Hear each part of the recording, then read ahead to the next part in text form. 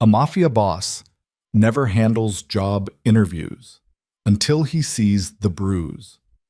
Rain hammered against the glass towers of downtown Hartford as Kael Virelli sat across from a trembling young woman who wore poverty like armor and fear like perfume. She answered every question with rehearsed precision, but when her sleeve slipped, revealing purple fingerprints wrapped around her wrist, something ancient and violent stirred inside the man who built empires on silence and blood. He hired her on the spot. What he didn't know was that saving her would cost him everything he swore never to feel again. Stay until the end, like this video. Comment your city so I can see how far this story travels. Like. The conference room smelled like polished mahogany and expensive cologne, the kind of scent that announced power before anyone spoke a word. Kael Virelli sat at the head of the table, fingers steepled beneath his chin, watching his consigliere Dante Mercer shuffle through resumes with the enthusiasm of a man sorting garbage. Outside, October rain turned Hartford into a blur of gray concrete and flickering brake lights. Last one, Dante muttered, sliding a thin folder across the table. 20 minutes late, probably stuck in traffic or too stupid to leave early. Kael didn't look up. He had 3 phone calls to return, 2 shipments to reroute through the docks, and a city councilman who needed reminding that loyalty wasn't negotiable. Job interviews belonged in Dante's world, not his. Then why am I here? Because you told me to clear your schedule. Dante's voice carried the flat irritation of someone who'd worked for Kael long enough to speak freely. You said you wanted visible today. Corporate. Legitimate. Kael exhaled through his nose. Legitimate. The word tasted like ash. Virelli Holdings owned half the commercial real estate in Connecticut, employed 400 people across 12 subsidiaries, and generated enough revenue to satisfy any federal auditor with half a brain. But beneath the quarterly reports and boardroom presentations lived something far older, a network built on fear, discipline, and the understanding that some problems disappeared permanently. The door opened. She walked in like someone expecting to be punished. 23, maybe 24, dark hair pulled back so tight it looked painful. An oversized white blouse that hung wrong across her shoulders, like she'd borrowed it from someone twice her size. Black slacks that had been hemmed by hand. Shoes polished carefully enough to hide the cracks in the leather. But it was her hands that Kael noticed first. They trembled. Not nervousness, not excitement. Fear. Ms. Vale, Dante said without looking up. You're late. I'm sorry. Her voice came out too controlled, like she'd practiced the words in a mirror. The bus broke down on Farmington Avenue. I ran the last 6 blocks. Kael watched her breathing, shallow, measured, the rhythm of someone trying desperately not to panic. She sat down across from him with her spine rigid and her ankles crossed beneath the chair.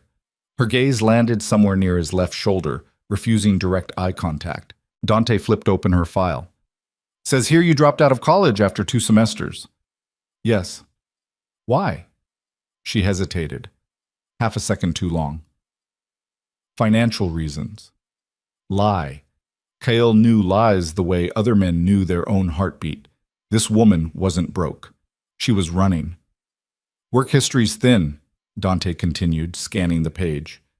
Waitress, retail, some reception work. Nothing substantial. Why should Virelli Holdings hire you? Selene's jaw tightened. For a moment, Kael thought she might stand up and walk out. Instead, she lifted her chin and met Dante's eyes with something that looked almost like defiance. Because I show up, she said quietly. I don't call in sick. I don't complain. I don't cause problems. I do the work. That's baseline competence, Dante shot back, not a selling point. Then let me prove it. The room went silent. Kael leaned back in his chair, studying her. Most people wilted under his stare. Politicians, rivals, men twice her size who'd spent their lives navigating violence. But Selene held his gaze for 3 full seconds before her eyes dropped to the table. Not submission. Exhaustion. Why do you want this job? Kael asked. His voice cut through the room like a blade, low and deliberate. Selene flinched, barely, just a twitch at the corner of her mouth. But Kael saw it. She opened her mouth, closed it, her fingers twisted together in her lap, knuckles white. Because I need it, she whispered. No rehearsed ambition, no corporate buzzwords, no performance, just survival. Kael glanced at Dante, who was already shaking his head. "We'll call you," Dante said flatly. "Thanks for coming in." Selene stood immediately, smoothing down her blouse with shaking hands. As she reached for her bag, her sleeve rode up. That's when Kael saw it. Purple and yellow bruises, perfectly shaped like fingerprints, wrapped around her left wrist. She yanked the sleeve down fast, too fast, and grabbed her bag. When she turned toward the door, Kael noticed the way she moved. Careful, deliberate, like someone nursing cracked ribs. "Ms. Vale?" She froze. Kael stood, buttoning his jacket with practiced ease. "You start Monday, 7:30. HR will handle your paperwork." Dante's head snapped up. "Kael, Monday," Kael repeated, his eyes still locked on Selene. For the first time since she'd entered the room, something resembling hope flickered across her face. It died just as quickly, replaced by suspicion. "Why?" she asked. Kael didn't answer. Because the truth, that he recognized the specific terror in her eyes, that he'd grown up watching his mother wear the same exhaustion, that hiring her had nothing to do with qualifications and everything to do with instinct, wasn't something he could say out loud. "Beyond time," he said instead. Selene nodded once, sharp and mechanical, then walked out of the room before he could change his mind. The door clicked shut. Dante stared at him. "What the hell was that?" Kael returned to his seat, pulling out his phone. "You said we needed visible." "Visible doesn't mean hiring damaged goods." Kael's finger paused over the screen. When he looked up, his expression hadn't changed, but something cold settled into his voice. "Don't call her that again." Dante raised both hands. "All right, your call. But that girl's carrying something heavy, and you don't need that kind of chaos near the business." Kael said nothing, because Dante was right, and that's exactly why Kael couldn't look away. Selene Vale lived in East Hartford, in a second-floor apartment that smelled like mildew and old cigarettes. The building had been condemned twice, then quietly reopened after the right palms got greased. Flickering hallway lights, peeling wallpaper, doors with too many locks. She unlocked hers at 6:47 p.m., grocery bags cutting into her arms. Inside, the apartment was dark, except for the glow of the television. A children's cartoon played at low volume, colors flashing across the stained carpet. On the couch, a small boy sat curled into himself, thumb in his mouth, eyes glazed. "Noah, baby." Selene set the bags down gently. "Did you eat?" The boy didn't respond. From the bedroom, footsteps. Heavy, uneven. Selene's entire body went rigid. Damian Cross stepped into the living room wearing sweatpants and a stained undershirt. He was tall, broad-shouldered, the kind of man who looks strong until you notice the softness around his middle, the bloodshot eyes, the way his hands curled into fists even when he wasn't angry. "Where the hell have you been?" Selene kept her voice calm, steady. "I had a job interview. I told you this morning." "Yeah?" Damian scratched his jaw, stubble rasping under his nails. "Told me a lot of things this morning. Told me you'd be home by 5. "The bus? I don't give a shit about the bus." He crossed the room in 3 strides, closing the distance between them until Selene could smell the beer on his breath. "You think you can just disappear for hours? Leave me here with him?" He jerked his chin toward Noah. "He's your son, too." "Wrong thing to say." Damian's hand shot out, gripping her chin hard enough to bruise. "Don't get smart with me." Selene didn't pull away. Didn't flinch. She'd learned years ago that resistance only made it worse. "I'm sorry," she whispered. His grip loosened. His thumb traced her jawline, almost tender now. "I worry about you, Sel. You know that, right? I get scared when you're gone too long." She nodded. He kissed her forehead. Then he walked back to the bedroom, leaving her standing in the kitchen with grocery bags at her feet and a child who'd stopped watching cartoons and started watching her. Selene exhaled slowly. Her hands were shaking again. Monday morning arrived cold and sharp, the kind of October chill that cut through cheap coats and settled into bone. Selene stood outside Virelli Holdings at 7:15 a.m., staring up at the glass tower that reflected the dawn sky in shades of copper and gold. She'd left the apartment at 5:30 a.m., kissed Noah while he slept, and caught 2 buses to get here early. Damien had still been asleep when she left, snoring in the bedroom with one arm thrown over his face. She wore the same blouse from the interview, the same cracked shoes. But today, she'd added a thin cardigan that covered her wrists. Inside, the lobby gleamed, marble floors, modern art installations, a security desk staffed by men in tailored suits who looked more like enforcers than receptionists. Selene approached cautiously, clutching the folder HR had emailed her. "Selene Vale," she said. "First day." The guard scanned her ID, made a phone call, then handed her a keycard. "14th floor. Someone will meet you." The elevator ride felt endless. When the doors opened, a woman in her 50s waited, clipboard in hand, expression carved from granite.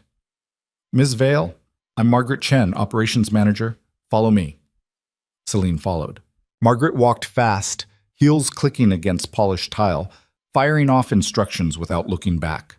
Dress code, break schedule, security protocols, confidentiality agreements. The tour lasted 20 minutes and covered 3 floors, each one more intimidating than the last. Finally, Margaret stopped outside a small office near the end of a long hallway. "This is you. Data entry, document processing, filing. Straightforward work. Don't fall behind." She handed Selene a thick binder. "Read this by end of week. Questions?" Selene shook her head. Margaret studied her for a long moment, eyes sharp. "Mr. Virelli doesn't hire personally, ever. So whatever happened in that interview, don't screw this up." Then she left. Selene stood alone in the tiny office, surrounded by filing cabinets and outdated computers, and for the first time in 4 years, she felt something dangerous. Hope. Kael didn't see Selene again for 3 weeks. He wasn't avoiding her. He simply operated on a different floor, in a different world.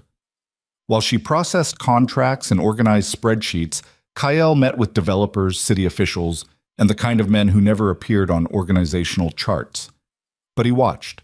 Every night before leaving the building, Kael pulled up the security footage on his private terminal. He watched Selene arrive early, eat lunch alone at her desk, and leave at exactly 5:01 p.m. Not a minute earlier, not a minute later.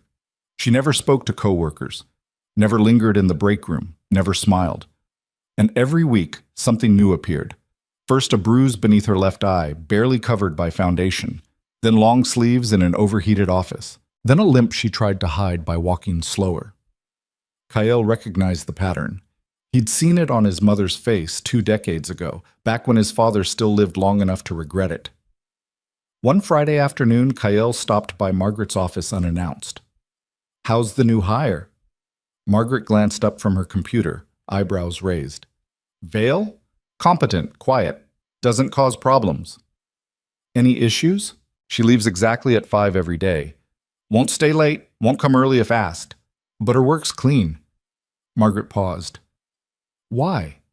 Kael didn't answer. Margaret leaned back in her chair, studying him. "You want me to keep an eye on her?" "No."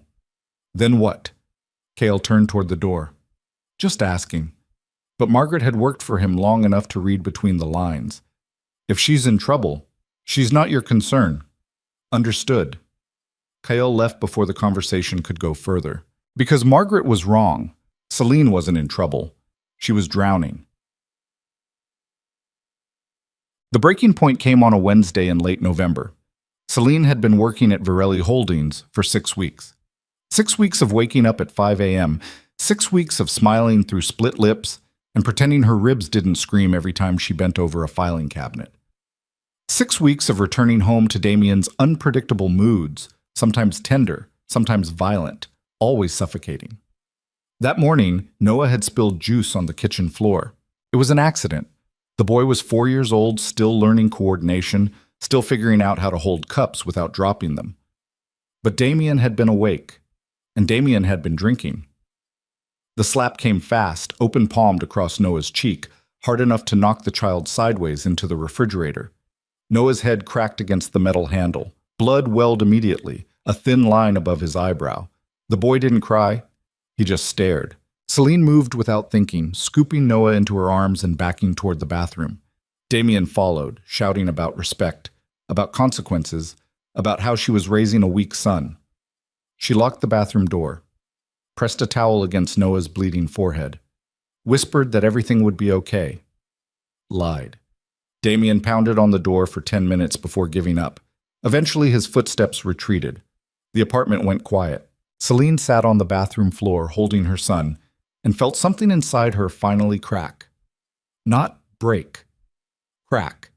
Because she'd survived 4 years of this, 4 years of bruises and apologies, and the twisted logic that insisted he only hurt her because he loved her, 4 years of telling herself it would get better, that he'd change, that leaving would be worse. But Noah's blood on her hands rewrote every calculation. Her son would grow up believing this was normal, that fathers hit, that mothers endured, that love was supposed to hurt. And Selene realized, with a clarity that felt like drowning, that she had to leave. Not for herself, for him. Back. That afternoon at work, Selene moved through her tasks like a ghost. She filed documents incorrectly, missed 3 phone calls, stared at spreadsheets without processing a single number. At 4:47 p.m., someone knocked on her office door. Selene looked up. Kael Virelli stood in the doorway, hands in his pockets, expression unreadable. She scrambled to her feet. "Mr. Virelli, I'm sorry, I didn't know you were..." "Sit." She sat. Kael stepped inside, closing the door behind him. He didn't sit, didn't move closer, just stood there, studying her with the same unnerving intensity from the interview. "You're hurt," he said. Not a question. Selene's breath caught. "I'm fine." "You're lying." Her hands twisted together in her lap. "I don't know what you..." "Someone's hurting you." The words landed like a physical blow. Selene opened her mouth, closed it. Her pulse hammered against her ribs. Every survival instinct screamed at her to deny, deflect, smile, perform. But the weight of Noah's blood on her hands that morning made the lies impossible. "I can handle it," she whispered. Kael's jaw tightened. "That's not what I asked." Silence. Then so quietly she almost didn't hear it. "Is it your boyfriend?" Selene's eyes filled with tears. She didn't nod, didn't confirm. But her silence answered everything. Kael exhaled slowly, running a hand through his hair. For a moment he looked less like a mafia boss and more like a man trying not to break something. "I can help," he said finally. "No." The word came out sharp, panicked. "You can't. He'll..." She stopped herself. "He'll what?" Selene shook her head, standing abruptly. "I appreciate the concern, Mr. Virelli, but I'm fine. Really. I had a rough morning. It won't happen again." Kael didn't move. "If you need anything, I don't." She grabbed her coat, her bag, and walked past him without meeting his eyes. Kael watched her go. And for the first time in 20 years, the man who controlled an empire through fear and discipline felt utterly, completely powerless. That night, Kael sat in his penthouse office overlooking Hartford, nursing a glass of whiskey he hadn't touched. On his desk sat a manila folder. Inside, Damien Cross's entire life, documented in clinical detail. Dante had pulled the file within an hour of Kael's request. Criminal record, petty theft, assault, possession. Employment history, spotty at best. Current status, unemployed for 8 months. Address, East Hartford, 2nd floor, apartment 2C. Kael stared at the surveillance photo clipped to the first page. Damien looked ordinary, handsome even, the kind of man who charmed bartenders and smiled at strangers, the kind of man who broke women behind closed doors. Kael's phone buzzed. "Dante, you want me to handle it?" 3 words, that's all it would take. 1 phone call, and Damien Cross would disappear, cleanly, quietly, permanently. Kael's thumb hovered over the screen. Then he thought about Selene's face in his office, the way she'd flinched when he offered help, the terror beneath her refusal. She wasn't ready, and if Kael moved too fast, she'd run, not from Damien, but from him. He set the phone down. "Kael, no, not yet." "Dante, you're going soft." Kael, "I'm being smart." "Dante, same thing." Kael didn't respond. Instead, he opened his laptop and began drafting emails. To lawyers, counselors, shelter coordinators, people who owed him favors and understood silence. He couldn't force Selene to leave, but he could build an escape route around her, and when she was finally ready to run, every door would already be open. 3 weeks passed. Selene continued showing up, continued working, continued leaving at 5:01 p.m. But something had shifted. Kael saw it in the way she held herself, straighter now, less apologetic. In the way she started eating lunch in the break room instead of alone. In the way she asked Margaret questions instead of suffering in silence. Small changes. Fragile changes. But changes. Then, on a frozen December night, Kael's phone rang at 2:17 a.m. Unknown number. He answered. "I need to leave." Selene's voice, barely a whisper, shaking so hard he almost didn't recognize it. Kael sat up immediately, already reaching for his jacket. "Where are you?" "Bathroom. He's asleep. I don't have much time." "Are you hurt?" "Noah is." Her voice cracked. He pushed him. Into the table. "There's blood." "Listen to me." Kael's voice dropped into something calm, controlled, the tone he used when negotiations turned violent. "I'm sending a car. It'll be outside your building in 8 minutes. Take only what you can carry. Documents, clothes, nothing else. Understand?" "I'm scared." "I know." "What if he wakes up?" "He won't." "But if he does?" "Selene." Kael's voice cut through her panic like a blade. "Do you trust me?" Silence. Then, "Yes." "Then move." The line went dead. Kael was already dialing Dante. "I need a car in East Hartford, now. Apartment 2C, second floor, woman and a child. Bring them to the safe house on Laurel Street." Dante didn't ask questions. "On it." Kael grabbed his keys, his gun, and headed for the door. Because tonight, the Mafia Boss who'd spent 20 years building an empire on control was about to risk everything for a woman he barely knew. And he didn't care. The car arrived in 7 minutes. Selene heard the engine idling outside her building as she stood in the bathroom, Noah pressed against her chest, his small body shaking. The shower ran at full blast, masking the sound of her ragged breathing. In her hands, a canvas bag stuffed with birth certificates, Noah's stuffed rabbit, 2 changes of clothes, and the emergency cash she'd been hiding in a tampon box for 3 months. $57. Everything she owned that Damien didn't control. Through the thin bathroom door, she heard him snoring in the bedroom, deep, rhythmic, the sound of someone drunk enough to sleep through anything.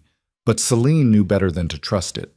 Damien had a sixth sense for her movements, like he could smell her thoughts before she acted on them. Noah whimpered against her shoulder. "Shh, baby," Selene whispered, her lips against his hair. "We're going somewhere safe." "Daddy gonna be mad." The words gutted her. Because Noah was right. Damien would be furious. Damien would hunt them.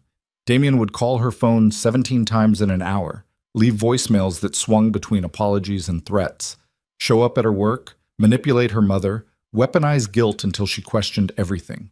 But Noah's forehead still bled beneath the makeshift bandage she'd wrapped around it. And that blood rewrote every equation. Selene turned off the shower.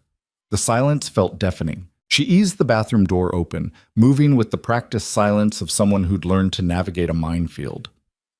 The apartment was dark except for the glow from the bedroom television. She could see Damien's shape beneath the blankets, one arm thrown over his face, chest rising and falling. She took 1 step, 2, 3. The floorboard creaked. Damien stirred, mumbling something incoherent. Selene froze, her heart slamming against her ribs so hard she thought it might break through. Noah's fingers dug into her neck. For 5 eternal seconds she stood perfectly still, barely breathing. Damien rolled over, facing the wall. Selene moved. She crossed the living room in 8 silent steps, grabbed her coat from the hook, and unlocked the front door with trembling hands. The hallway beyond was empty, fluorescent lights flickering overhead. She could hear a television blaring from the apartment below, smell someone's burned dinner seeping through the walls. She didn't look back. Couldn't. Because if she looked back, she'd see the life she was abandoning. The couch they'd bought together, the photographs on the wall, the coffee mug Damien used every morning. The evidence that they'd once been happy, or at least that she'd convinced herself they were. Outside, the December air hit her like a slap. A black sedan waited at the curb, engine running, windows tinted dark enough to hide whoever sat inside. The back door opened. A man stepped out, tall, broad-shouldered, wearing an expensive suit that didn't match the neighborhood. He had the kind of face that said he'd seen violence and participated willingly. Selene Vale. She nodded. I'm Marco. Mr. Virelli sent me. He gestured toward the car. Get in. Selene hesitated, suddenly aware of how insane this was. She was climbing into a stranger's car in the middle of the night with her bleeding son, running from one dangerous man straight into the arms of another. But Marco's expression softened when he saw Noah. The kid needs a hospital?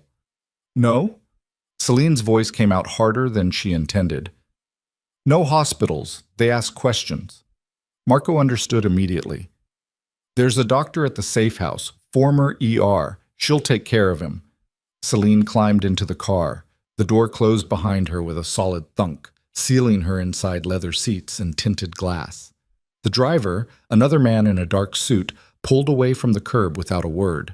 Selene watched her apartment building disappear through the rear window, watched the flickering porch light fade into darkness, watched the only home Noah had ever known vanish like it never existed.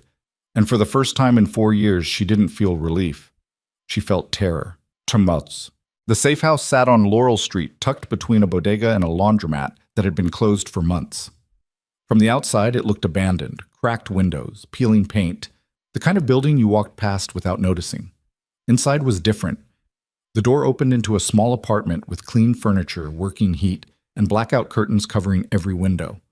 A woman in her 40s stood in the kitchen, dark hair pulled back, medical bag open on the counter.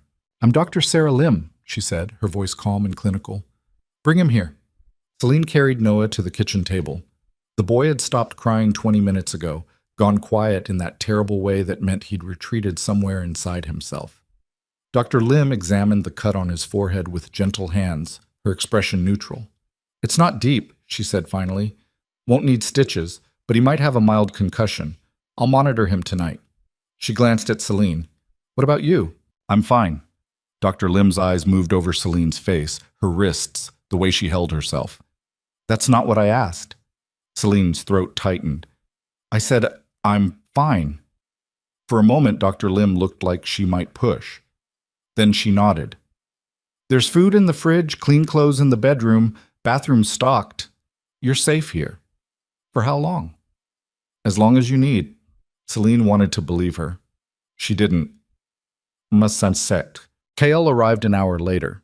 Selene was sitting on the couch, Noah asleep in her lap, when she heard the key turn in the lock. Her entire body went rigid, every instinct screaming danger. But when the door opened, it wasn't Damien, it was Kael Virelli. He looked different outside the office. No suit jacket, sleeves rolled up, hair slightly disheveled. But his eyes were the same, sharp, calculating, seeing everything she tried to hide. Dr. Lim stood. The boy's stable. Minor head trauma. No serious injury. I'll check on him again in a few hours. Kael nodded. Thank you, Sarah. The doctor left, closing the door quietly behind her. Kael turned to Selene. She didn't know what to say. Didn't know how to process the fact that her boss, a man she barely knew, had orchestrated her escape in the middle of the night like some kind of covert operation. Why are you doing this? She asked finally. Kael sat down in the chair across from her, keeping distance between them. Because you needed help. You don't even know me. I know enough. Selene's hands tightened around Noah's sleeping form. What do you want? The question hung between them, heavy with implication. Because men like Kael Virelli didn't help people for free. There was always a price. Kael's expression didn't change. I want you safe. Why? Does it matter? Yes. Silence. Then Kael leaned forward, elbows on his knees, and for the first time Selene saw something raw beneath his carefully controlled exterior. My mother spent 15 years married to a man who broke her bones and called it love, he said quietly. By the time she finally left, she was so beaten down she didn't recognize herself anymore. She died 3 years later, heart attack, the doctors said. But I knew the truth. His jaw tightened. Fear killed her, the kind of fear that burrows into your chest and never leaves. Selene's breath caught. I was 17, Kael continued, and I promised myself that if I ever had the power to stop it happening to someone else, I would. He met her eyes. So that's why. No conditions, no expectations. You're not a transaction. Selene didn't realize she was crying until a tear hit Noah's hair. I don't know what to do, she whispered. You already did it. You left. He's going to look for me. I know. He won't stop. Neither will I. The certainty in Kael's voice should have been comforting. Instead, it terrified her. Because Selene had spent 4 years learning that men who promise protection usually just wanted control by another name. What happens now? She asked. Kael stood. Now you sleep. Tomorrow we talk to a lawyer. Get a restraining order filed. Start custody proceedings. One step at a time. And if Damien finds this place, he won't. But if he does, Selene, Kael's voice dropped into something cold and absolute. He won't. Selene wanted to argue, wanted to explain that Damien was relentless, obsessive, the kind of man who saw her as property he'd purchased with 4 years of manipulation, but exhaustion crashed over her like a wave. She nodded. Kael walked to the door, then paused. You did the right thing. Doesn't feel like it. It never does. He opened the door. Get some rest. Marco's outside if you need anything. Then he was gone. Selene sat in the silent apartment holding her sleeping son and tried to believe that leaving was the right choice. She failed. Damien woke up at 6:43 a.m. to an empty apartment. At first he didn't notice. He stumbled into the kitchen, scratching his stomach, expecting to find Selene making coffee. Instead, he found dishes in the sink, a half-empty juice carton on the counter, and silence. Cell? No answer. He checked the bathroom. Empty. The bedroom. Empty. Noah's room. Empty. The bed still made. That's when he saw the open closet. Missing clothes? Missing shoes. The canvas bag she kept on the top shelf, gone. Damien's chest tightened. He grabbed his phone, dialing her number with shaking hands. It rang 4 times, then went to voicemail. Hey, it's me. Where are you? Call me back. He tried again. Voicemail. Again. Voicemail. Panic crawled up his spine, cold and sharp. He checked the bathroom again, looking for evidence. Her toothbrush. Gone. Noah's stuffed rabbit. Gone. The cheap makeup she kept in a plastic bag beneath the sink. Gone. No. Damien punched the wall hard enough to split his knuckles. Pain flared bright and hot, but he barely felt it. She left. She actually fucking left. He called her mother. Hello? Linda, it's Damien. Is Selene there? A pause. Why would she be here? She's not answering her phone. I thought maybe... We haven't spoken in 2 months, Damien. You know that. Because he'd isolated Selene so completely, even her own mother couldn't reach her anymore. If you hear from her, I won't. Linda hung up. Damien stared at his phone, breathing hard. His mind raced through possibilities, calculations, strategies. Selene wasn't smart enough to run without help. Someone was helping her. Someone gave her money, a place to stay, advice. He pulled up her recent calls. Nothing unusual. Checked her email. She didn't have a password because he'd never allowed her privacy. One unread message from Virelli Holdings HR. Reminder, benefits enrollment closes Friday. Virelli Holdings. Her job. Damien remembered the way she'd looked when she came home after that interview. Hopeful, excited, like she'd found something that belonged to her. He grabbed his keys. At 9:15 a.m., Damien walked into the Virelli Holdings lobby wearing his cleanest jeans and the button-down shirt Selene had ironed for him last week. The security guard looked up. Can I help you? I'm looking for Selene Vale. She works here. Is she expecting you? I'm her boyfriend.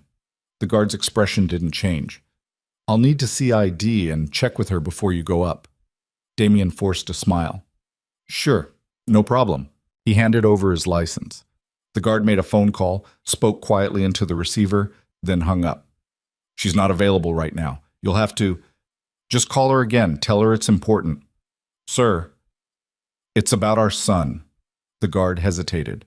Made another call. This time, the conversation lasted longer. When he hung up, his expression had shifted into something harder. Ms. Vale isn't in the office today. You'll need to leave. Damien's hands curled into fists. That's bullshit. I know she's here. Sir, I'm going to ask you one more time. I want to see my girlfriend. Leave now, or I'm calling the police. For a moment, Damien considered pushing, considered making a scene, demanding answers, forcing his way upstairs, but he wasn't stupid. He left, stood outside on the sidewalk, staring up at the glass tower, and felt rage coil tight in his chest. Someone in that building knew where Selene was, and Damien was going to find out who. Inside, 14 floors up, Margaret Chen stood in Kael's office with her arms crossed. Security just called. Selene's boyfriend showed up looking for her. Kael didn't look up from his laptop. What did they tell him? That she wasn't available. He left. Did he cause a scene? No, but he will. Kael closed the laptop. Increase lobby security. Make sure his photos circulated. If he comes back, I want to know immediately. Margaret studied him carefully. Kael, what exactly are we doing here? Keeping an employee safe. We both know this is more than that. Kael met her eyes. Is it a problem? That depends. Are we running a business or a witness protection program? Both. Margaret exhaled slowly. You're playing a dangerous game. Men like Damien Cross don't just give up. And if he figures out you're involved, let him. You can't solve every problem with intimidation. Watch me. Margaret shook her head. Your mother would have hated this. Kael's expression went cold. My mother would have understood exactly why I'm doing it. Margaret held his gaze for a long moment, then nodded. Fine.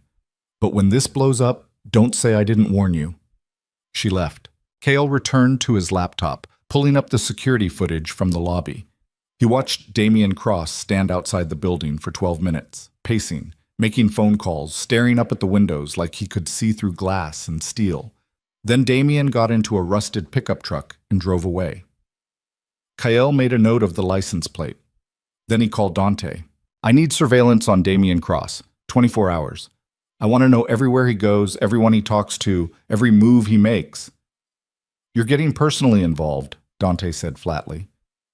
I'm protecting an asset. You're protecting a woman. There's a difference. Kael's jaw tightened. Just do it. Dante sighed. Already on it. But Kael? What? This doesn't end clean. You know that, right? Kael hung up. Selene spent the first 3 days in the safe house convinced Damien would find her. Every footstep in the hallway outside made her flinch. Every car door slamming on the street sent her pulse racing. She slept in 2-hour increments, always half awake, always listening. Dr. Lim checked on Noah twice daily. The cut on his forehead was healing well, no signs of infection, no lingering symptoms of concussion. But the boy had stopped talking almost entirely. He wouldn't eat unless Selene fed him by hand, wouldn't sleep unless she lay down beside him, wouldn't let her out of his sight for more than 30 seconds without panicking. It's regression, Dr. Lim explained gently. Trauma response. He'll come back, but it takes time. Selene nodded like she understood. She didn't, because watching her son retreat into silence felt like watching her own failure play out in real time. On the 4th day, a lawyer arrived. Her name was Patricia Rourke, early 50s, gray hair cut short, eyes that had seen enough courtroom battles to be unimpressed by anything. She carried a briefcase that looked older than Selene and spoke with the clipped efficiency of someone who billed by the 6-minute increment. I've been retained by Virelli Holdings to represent you in custody and domestic violence proceedings, Patricia said, pulling out a stack of documents. First step, restraining order. I need details. When did the abuse start? Frequency? Witnesses? Documentation? Selene sat across from her at the kitchen table, hands wrapped around a mug of cold coffee. 4 years ago, she said quietly. It started small, yelling, punching walls. Then he grabbed my arm hard enough to bruise. I thought it was an accident. She laughed bitterly. I kept thinking it was an accident. Patricia wrote quickly, her pen scratching across legal pads. Physical violence? Yes. Sexual? Selene's throat closed. Sometimes. Did you ever report it? No. Why not? Because he told me no one would believe me. Because I didn't have anywhere to go. Because I thought I could fix it. Patricia looked up, her expression softening slightly. You understand those aren't failures, right? You survived. That's what matters. Selene wanted to believe her. She didn't. Patricia continued documenting everything. The broken ribs, the black eyes, the time Damien choked her unconscious in front of Noah, the night he locked her outside in January until hypothermia set in. Every memory Selene had buried came flooding back, raw and visceral. 2 hours later, Patricia closed her briefcase. I'll file the restraining order tomorrow morning. Emergency custody petition goes in simultaneously. Connecticut law favors protecting children from domestic violence exposure, so we have a strong case. She paused. But you need to understand something. Damien will fight this. Men like him don't accept losing control. He'll violate the restraining order. He'll call you, show up at your work, manipulate family members. Are you prepared for that? Selene's hands trembled. I don't know. Then get prepared, because the hardest part isn't leaving, it's staying gone. Damien violated the restraining order 7 hours after it was served. Selene's phone rang at 11:34 p.m. She was lying in bed, Noah curled against her side. When the screen lit up with Damien's name, her entire body went rigid. She didn't answer. It rang again, again. Then the voicemails started. Baby, please, just talk to me. I don't understand what happened. We can fix this. You can't just take my son. That's kidnapping, Sel. You know that, right? You're breaking the law. I'm sorry. Whatever I did, I'm sorry. Just come home. You fucking bitch. You think you can run? I'll find you. I swear to God, I'll find you. 17 calls in 90 minutes. Each voicemail, a different version of Damien. Loving, desperate, angry, manipulative. The emotional whiplash was so familiar it made Selene's stomach turn. On the 18th call, she answered, Stop calling me. Selene, Damien's voice cracked. Thank God, I've been losing my mind. Where are you? Somewhere you can't find me. Baby, don't say that. Just tell me what I did wrong. I'll fix it. I swear I'll fix it. Selene closed her eyes. You hurt Noah. Silence. Then, that was an accident. He fell. You know how clumsy he is. You pushed him. I didn't. I saw you. Damien's tone shifted, hardening. You're remembering it wrong. You always do that. You twist things until... Don't. Don't what? Don't gaslight me. I know what happened. A bitter laugh. Gaslight? Where'd you learn that word? Someone been filling your head with psychology bullshit? That lawyer, your boss? Selene's pulse spiked. How do you know about my boss? I'm not stupid, Sel. You think I don't know someone's helping you? Men like Kael Virelli don't give a shit about people like us unless they want something. His voice dropped into something ugly. What's he getting from you? This conversation is over. You're fucking him, aren't you? Selene hung up. Her hands were shaking so hard she dropped the phone. It clattered against the floor, screen cracking. Noah stirred beside her, whimpering. It's okay, baby, Selene whispered, pulling him closer. It's okay. But it wasn't, because Damien knew about Kael, and that meant he was watching. Bullshit. The next morning, Kael arrived at the safe house at 7 a.m. with coffee and bagels. Selene met him at the door, looking like she hadn't slept. Dark circles shadowed her eyes. Her hair hung limp around her face. She wore the same clothes from yesterday. He called, she said without preamble. Kael's expression went cold. How many times? 17. Then I answered. Why? Because he wasn't going to stop. Kael set the coffee down on the kitchen counter, his movements controlled but radiating tension. What did he say? Selene repeated the conversation, her voice flat and mechanical. When she mentioned Kael's name, she watched his reaction carefully. His jaw tightened. He's fishing, trying to figure out who's helping you so he can target them. Is that why you're here? To protect your investment? The question came out harsher than she intended. Kael turned to face her fully. Is that what you think this is? I don't know what to think. Selene wrapped her arms around herself. I don't know you. I don't know why you're doing this. And every time I try to figure it out, Her voice cracked. I'm so tired of being someone's project. Kael was quiet for a long moment. Then he said, My mother's name was Elena.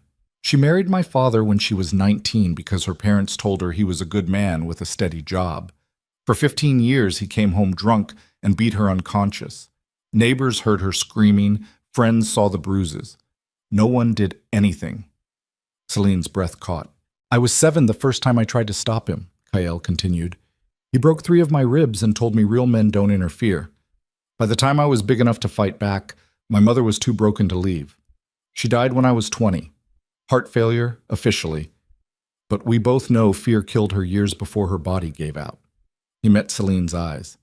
So no, you're not a project. You're the chance I never got to give my mother. And if that makes me selfish, I don't care. Selene felt tears burning behind her eyes. I'm sorry, she whispered. Don't be. Just stay alive. The restraining order worked for exactly 4 days. On day 5, Damien showed up at Selene's mother's house. Linda Vale opened the door to find her daughter's ex-boyfriend standing on the porch, looking disheveled and desperate. She hadn't seen Damien in months. Selene had stopped bringing him around after Linda asked too many questions about Bruises. I need to talk to Selene, Damien said. She's not here. But you know where she is. Linda crossed her arms. Even if I did, I wouldn't tell you. Damien's expression crumpled. Please, I just want to see my son. She's keeping him from me. Maybe there's a reason for that. I never hurt him. Linda's eyes hardened. But you hurt her. Damien flinched like he'd been slapped. For a moment, he looked genuinely devastated. Eyes red, shoulders slumped, the picture of a broken man. Then his mask slipped. You don't know what you're talking about, he said coldly. Selene's a liar. She always has been. Makes herself the victim so people feel sorry for her. Get off my property. Tell her I came by. Tell her I'm not giving up. I'm calling the police. Damien held up both hands, backing away. Fine. But when she comes crawling back, and she will, don't act surprised. He left. Linda called Selene immediately. He was here, at my house. Selene's blood went cold. What did he want? To scare me. And it worked. Linda's voice shook. Honey, you need to be careful. That man isn't right. I know. Do you? Because for 4 years you defended him, lied for him, made excuses. Mom, I'm not judging. I'm just saying. Don't go back. Whatever he promises, don't believe him. Selene closed her eyes. I won't. But even as she said it, part of her wasn't sure. But the custody hearing was scheduled for January 15th, 6 weeks after Selene left.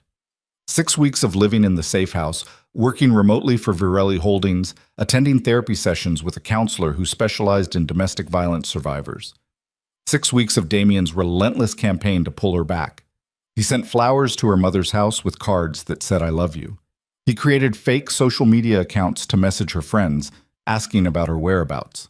He showed up at Noah's old daycare claiming he had custody and demanding to see his son. He called Virelli Holdings 17 times asking to speak with Selene, until Kael personally called him back and delivered a message so cold and absolute that Damien didn't call again. But the psychological warfare worked. Selene started doubting herself. Maybe she'd overreacted. Maybe the violence wasn't as bad as she remembered. Maybe Damien really had changed. Maybe she was destroying their family over something fixable. Trauma did that. Rewrote memories, softened edges, made abuse look like love from the right angle. Her therapist warned her about it. It's called traumatic bonding, Dr. Michaels explained during one session. Your brain associates him with survival. 4 years of conditioning doesn't disappear because you left. You're going to miss him, crave him, question everything. That's normal. It doesn't feel normal, Selene whispered. It feels like withdrawal. Because it is. Selene stared at the ceiling. What if I'm wrong? What if I'm the problem? Did he ever hit you? Yes. Choke you? Yes. Force you sexually? Selene's throat closed. Yes. Then you're not wrong. You're traumatized.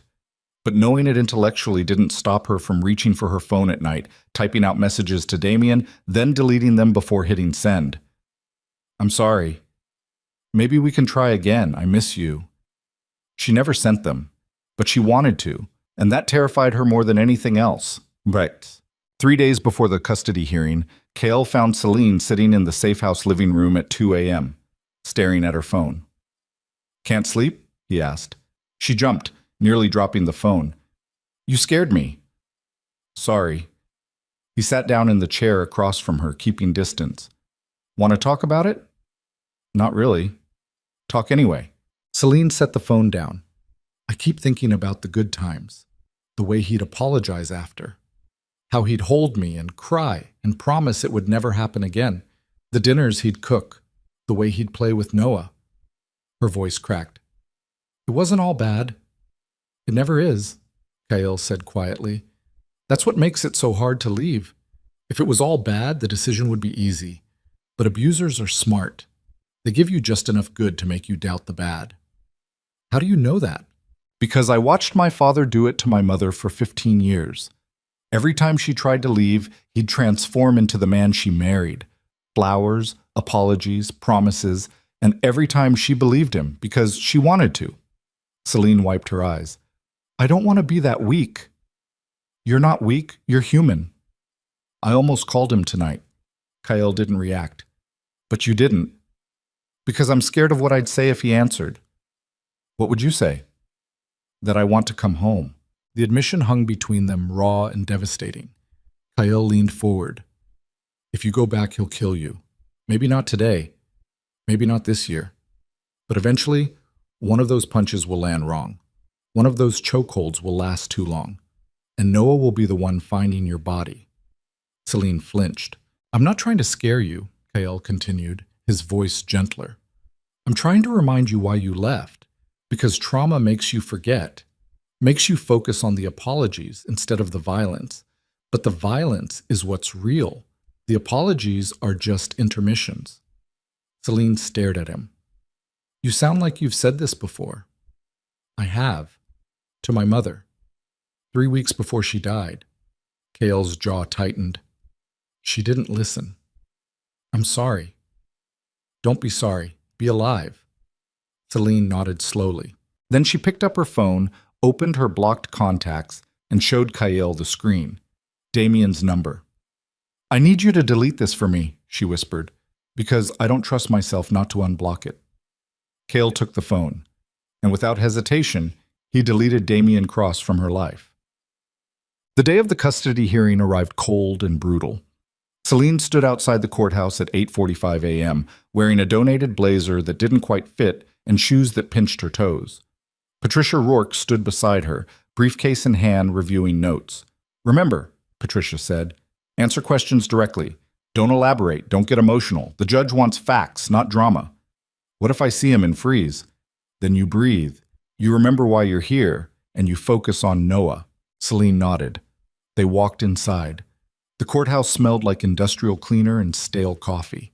Lawyers and families crowded the hallways, speaking in hushed tones. Selene felt like she was walking through water, every movement slow and surreal. Then she saw him. Damien stood near the courtroom entrance, wearing a clean suit she'd never seen before. His hair was trimmed, his face was shaved. He looked like the man she'd fallen in love with 6 years ago. Charming, handsome, safe. Their eyes met. Selene's pulse skyrocketed. Her hands started shaking. Every instinct screamed at her to run, not from him, but to him. Damien smiled, not cruel, not manipulative, genuinely warm, like none of it had ever happened. And for one terrible second, Selene wanted to believe him. Then Noah's voice echoed in her memory. Daddy gonna be mad. And she remembered the blood on her son's forehead. Selene walked past Damien without looking back. Inside the courtroom, the judge, a woman in her 60s with steel gray hair and an expression that suggested she'd heard every lie 100 times, reviewed the case files while both lawyers presented opening statements. Patricia was efficient, clinical, devastating. She presented medical records documenting injuries, photos of bruises, testimony from Dr. Lim about Noah's head wound, a recording of one of Damien's voicemails where he threatened to make her regret this. Damien's lawyer, a young man in an ill-fitting suit who looked fresh out of law school, argued that Selene was an unfit mother who'd abandoned the home, kidnapped the child, and fabricated abuse allegations to gain custody. The judge listened without expression. Then she called Selene to the stand. Selene walked to the witness box on shaking legs. She placed her hand on the Bible, swore to tell the truth, and sat down. Patricia began the questioning. Ms. Vale, can you describe the nature of your relationship with Mr. Cross? Selene's voice came out steady. We were together for 4 years. We have a son, Noah. During those 4 years, did Mr. Cross ever physically harm you? Yes. Can you provide examples? Selene swallowed hard. He punched me, choked me, shoved me into walls, broke my ribs twice. Did you ever seek medical treatment? Once. He told the doctors I fell down the stairs. Did you correct them? No. Why not? Because I was afraid. Patricia nodded. And on the night you left, what happened? Selene's hands clenched in her lap. Damien pushed Noah during an argument. Noah hit his head on the table and started bleeding. That's when I knew I had to leave. No further questions. Damien's lawyer stood. Miss Vale, isn't it true that you suffer from anxiety and depression? Yes. And isn't it possible that your mental health issues caused you to misinterpret normal domestic arguments as abuse? Selene's chest tightened. No. But you admit you have a distorted perception of reality. Objection, Patricia snapped. Argumentative. Sustained. The lawyer tried again. Ms. Vale, did Mr. Cross ever prevent you from leaving the house? Yes. Did he lock you in? No, but he took my keys, my phone. He controlled where I went and who I saw. So you could have left at any time. Selene's voice hardened. Have you ever been terrified of someone you love? The lawyer blinked. That's not... Have you ever weighed whether running would get you killed faster than staying? Selene leaned forward. Because I did. Every single day. And I stayed because I thought it was safer. I was wrong. The courtroom went silent. The judge made a note. Damien's lawyer sat down. Finally, the judge spoke. I'm granting temporary sole custody to Ms. Vale pending a full custody evaluation. Mr. Cross will have supervised visitation rights 2 hours per week at an approved facility. A permanent hearing will be scheduled in 60 days. The gavel struck. Selene felt her knees buckle. She'd won. Not permanently, not completely. But she'd won. Patricia gripped her arm. Breathe, you did it. Selene turned to leave the courtroom and found Damien blocking the aisle. He stood close enough that she could smell his cologne, close enough that her body reacted instinctively, racing heart, shallow breathing, muscle memory preparing for violence. This isn't over, he whispered. Before Selene could respond, a hand landed on Damien's shoulder. Kael Virelli stood behind him, expression carved from ice. Yes, Kael said quietly. It is. Damien turned, recognizing him immediately. You. Move. For a moment, the two men stared at each other, Damien's desperation colliding with Kael's absolute certainty. Then Damien stepped aside. Kael guided Selene out of the courtroom, his hand steady on her back. Behind them, Damien watched with eyes that burned with something far more dangerous than anger. Obsession. That night, Selene sat in the safe house with Noah asleep beside her, staring at the custody order on the coffee table. She'd won. She was free. So why did she feel like she was drowning? Her phone buzzed. Unknown number. Against every instinct, she answered. You think you're safe, Damien's voice whispered. You think he can protect you. But you're mine, Selene. You've always been mine, and I'm going to prove it. The line went dead. Selene sat in the darkness, her son's breathing the only sound, and realized with absolute clarity that the hardest part wasn't leaving. It was surviving what came next. Selene didn't sleep that night. She sat on the couch in the safe house, phone clutched in her hand, replaying Damien's whispered threat over and over until the words lost meaning and became just sound. Noah slept beside her, curled into a ball beneath a donated blanket, his breathing soft and rhythmic. Every car that passed outside made her flinch. Every creak of the building settling sent her pulse spiking. You're mine, Selene. You've always been mine. At 4:17 a.m., she finally called Kael. He answered on the second ring, voice alert despite the hour. What happened? He called. Selene's voice shook. Unknown number, he said you can't protect me. Silence on the other end. Then, I'm coming over. It's 4 in the morning. I'm already dressed. 20 minutes later, Kael arrived with Marco, his face carved from stone. Selene met them at the door, still wearing yesterday's clothes. Eyes red from crying she refused to admit to. Kael stepped inside, scanning the apartment like he expected to find Damien hiding in the shadows. Tell me exactly what he said. Selene repeated the conversation word for word. When she finished, Kael pulled out his phone and made a call. Dante, I need a trace on an incoming call to Selene's number. Timestamp 11:47 p.m. He listened. I don't care if it's a burner. Find out where it pinged from. He hung up. Can you do that? Selene asked. I can do a lot of things. Kael turned to Marco. Double security on this location. I want eyes on every entrance, 24 hours. Marco nodded and stepped outside. Selene wrapped her arms around herself. He's not going to stop. No, Kael agreed. He's not. Then what do we do? Kael was quiet for a long moment, his expression unreadable. Finally he said, we wait for him to make a mistake. And when he does, we end this. The certainty in his voice should have been comforting. Instead, it sounded like a promise of violence. 3 days later, Dante found the mistake. Kael was in his office reviewing quarterly projections when Dante walked in without knocking, laptop in hand. Got something, Dante said, setting the laptop on Kael's desk. On screen, surveillance footage from a gas station in East Hartford, time-stamped 2 nights ago. A man in a baseball cap pumped gas into a rusted pickup truck, then walked inside to pay. The camera caught his face for exactly 3 seconds. Damien Cross. He used a credit card, Dante continued. Stolen, reported missing 4 days ago by a woman in West Hartford. Same card was used at a liquor store on Farmington Avenue and a motel on Berlin Turnpike. Kael leaned forward. Which motel? Starlight Inn. Paid cash for a week.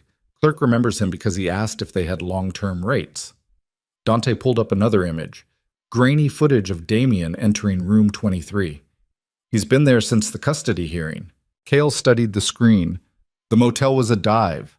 Cracked parking lot, flickering neon sign. The kind of place that rented by the hour and didn't ask questions. Less than 4 miles from the safe house. He's hunting, Kael said quietly. Yeah, and he's getting closer. Found this in his truck's GPS history. Dante pulled up a map with several red pins. He's been driving past Virelli Holdings, your penthouse building, Linda Vale's house, 3 different women's shelters. He's running a grid search. Kael's jaw tightened. How long before he finds the safe house? If he's smart, week, maybe 2. If he gets lucky? Dante shrugged. Could be tomorrow. Kael stood, buttoning his jacket. I want that motel under surveillance. Who he talks to, where he goes, every move. Already done. But Kael... Dante hesitated. This guy's unraveling. Desperate men do stupid things. If he finds her before we're ready, he won't. You don't know that. Kael met Dante's eyes. Then we make sure we're ready first. That afternoon, Kael arrived at the safe house to find Selene teaching Noah how to tie his shoes. The boy sat on the floor, tongue between his teeth, concentrating fiercely as he looped the laces. Selene knelt beside him, patient and gentle, guiding his small fingers. When Noah finally managed a lopsided knot, he looked up at his mother with such pure joy that something tightened in Kael's chest. Good job, baby, Selene said, kissing his forehead. Noah noticed Kael standing in the doorway. The boy's expression shuddered immediately, and he pressed closer to his mother. It's okay, Selene murmured. This is Mr. Kael. He's a friend. Kael crouched down, making himself smaller. Hey, Noah, those are some good-looking knots. Noah didn't respond. Kael didn't push. He'd seen enough traumatized kids to know they needed space and time, not forced interaction. Selene stood, smoothing down her jeans. Did something happen? We need to talk, privately. Selene glanced at Noah, then at Dr. Lim, who'd appeared from the kitchen. The doctor nodded, understanding immediately. Come on, Noah, Dr. Lim said. Let's see if we can find that dinosaur puzzle. Noah hesitated, looking at his mother. I'll be right here, Selene promised. The boy followed Dr. Lim into the bedroom, glancing back twice. Once the door closed, Selene turned to Kael. What's wrong? Kael told her about the motel, the surveillance, the grid search. With every word, Selene's face went paler. "He's gonna find us," she whispered. "Not if we move you first." "Move where?" "Somewhere Damien can't reach. Out of state, if necessary." Selene shook her head violently. "No, I have a job. Noah has therapy. I can't just disappear." "You can work remotely. We'll arrange therapy wherever you go." "For how long? A month? A year? Forever?" Selene's voice rose. "I'm not spending the rest of my life running from him." "Then what do you want to do?" "I don't know." The words came out raw, desperate. "I don't know how to make this stop. I don't know how to keep my son safe. I don't know anything anymore." Kael stepped closer, his voice dropping. "You want me to make him disappear."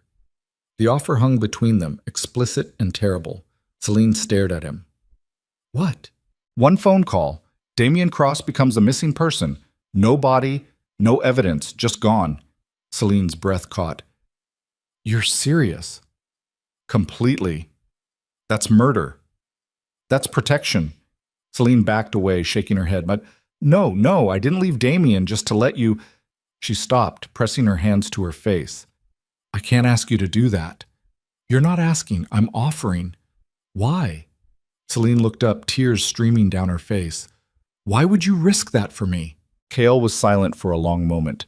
Then he said, "Because if I'd had the power when I was 17, my father wouldn't have lived to see 18, and my mother would still be alive." The honesty in his voice was devastating. Selene wiped her eyes. "I can't. I won't. There has to be another way." Kael nodded slowly, though his expression suggested he didn't believe her. "Then we keep you safe until we find it."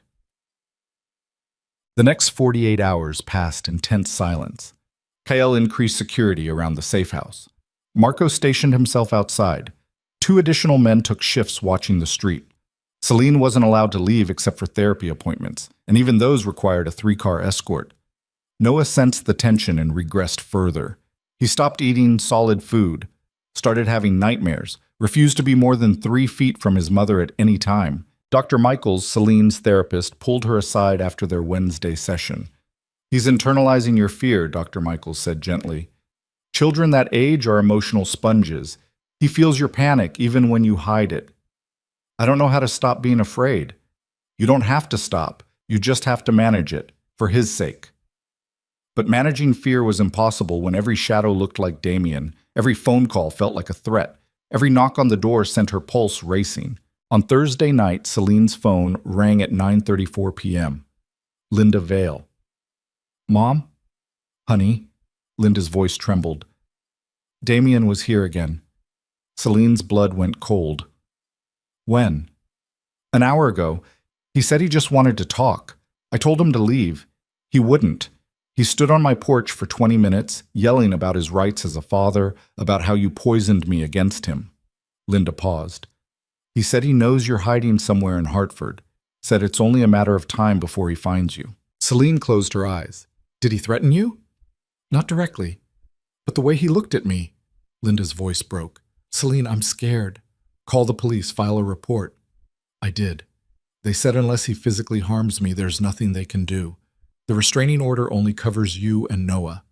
Selene wanted to scream, wanted to throw the phone against the wall, wanted to disappear into a hole where Damien could never find her. Instead, she said, "Stay with Aunt Marie for a few days, just until this calms down." "What about you?" "I'm safe. Are you?" Selene didn't answer. After they hung up, she sat in the dark living room, listening to Noah's soft breathing from the bedroom, and felt the walls closing in. Friday morning, everything fell apart. Kael was in a meeting with city developers when Dante called. "We have a problem." Kael excused himself, stepping into the hallway. "What kind of problem?" "The kind where Damien Cross just walked into Hartford Police Department and filed kidnapping charges against Selene." Kael's grip tightened on the phone. "On what grounds?" "Says she violated custody terms by keeping Noah away from supervised visitation. Says she's in contempt of court. HPD's opening an investigation." "She hasn't violated anything.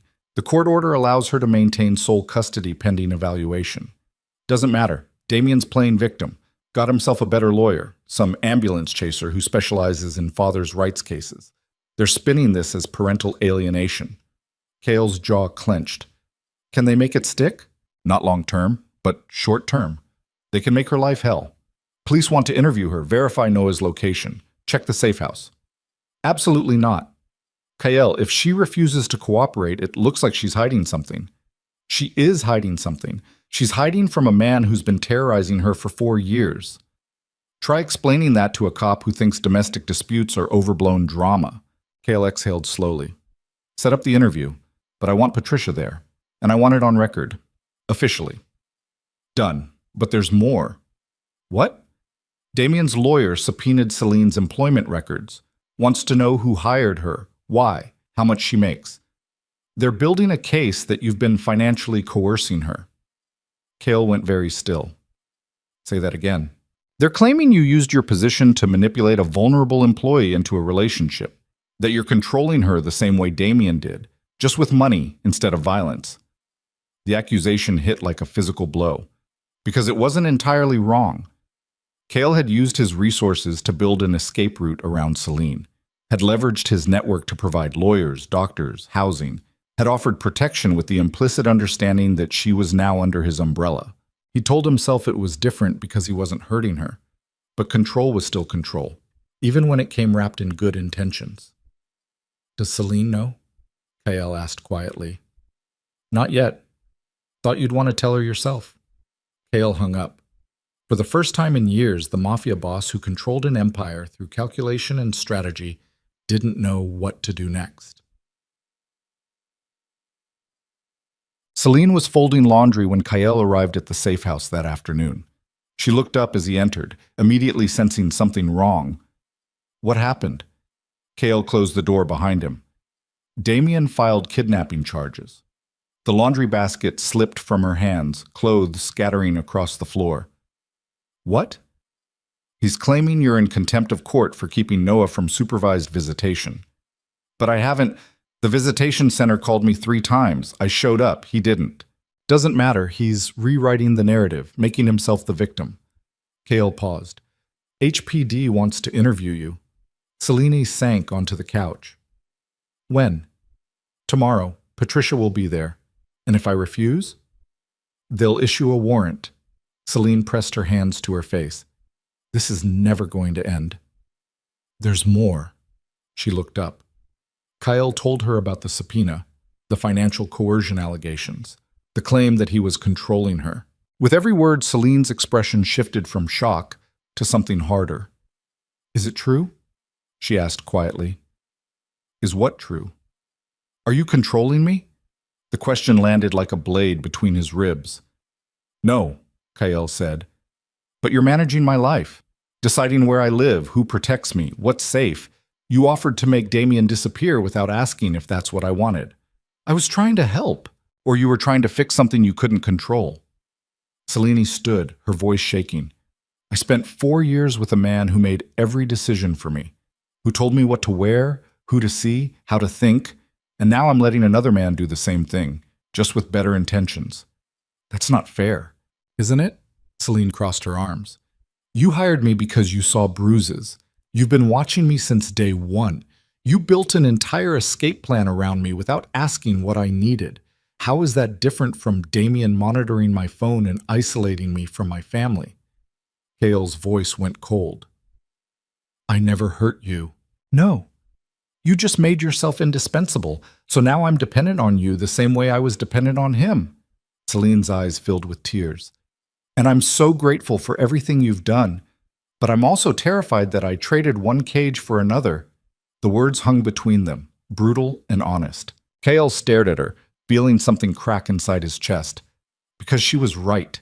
He'd inserted himself into her life with the conviction that he knew better, that his protection justified his control, just like his father had, just like Damien. What do you want me to do? Kael asked quietly. I don't know. Selene wiped her eyes. I need space to figure out who I am without someone telling me. Kael nodded once, sharp and final. Understood. He turned toward the door. Kael? He stopped, but didn't turn around.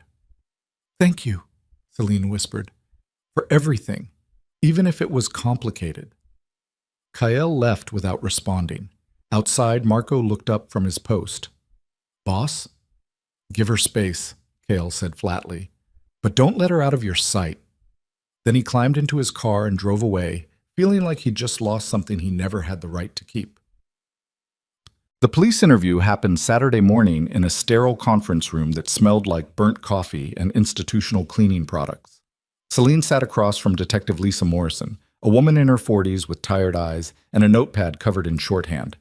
Patricia Rourke sat beside Selene, briefcase open, recorder running. "Ms. Vale," Detective Morrison began, "Damian Cross filed a complaint alleging you've denied him access to his son in violation of a court order. Can you respond to that?" "It's not true," Selene said. "The visitation center called me 3 times to schedule supervised visits. I showed up every time. Damian didn't." "Do you have documentation?" Patricia slid a folder across the table. "Sign-in sheets from the visitation center, time-stamped. Ms. Vale arrived at 2 p.m. for each scheduled appointment. Mr. Cross failed to appear." Detective Morrison reviewed the documents. "And where is Noah currently?" "Safe," Patricia interjected.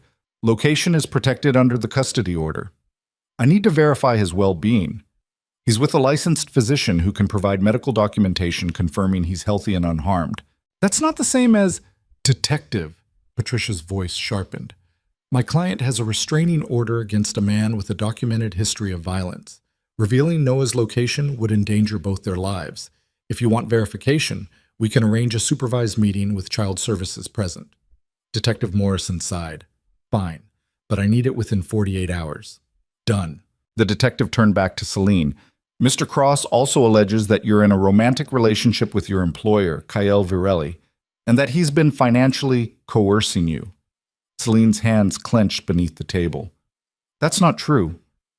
"But Mr. Virelli did arrange your housing, legal representation, medical care.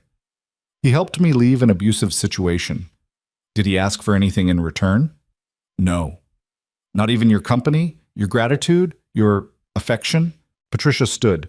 "This interview's over. You're implying my client traded sexual favors for protection, which is defamatory and irrelevant to the complaint.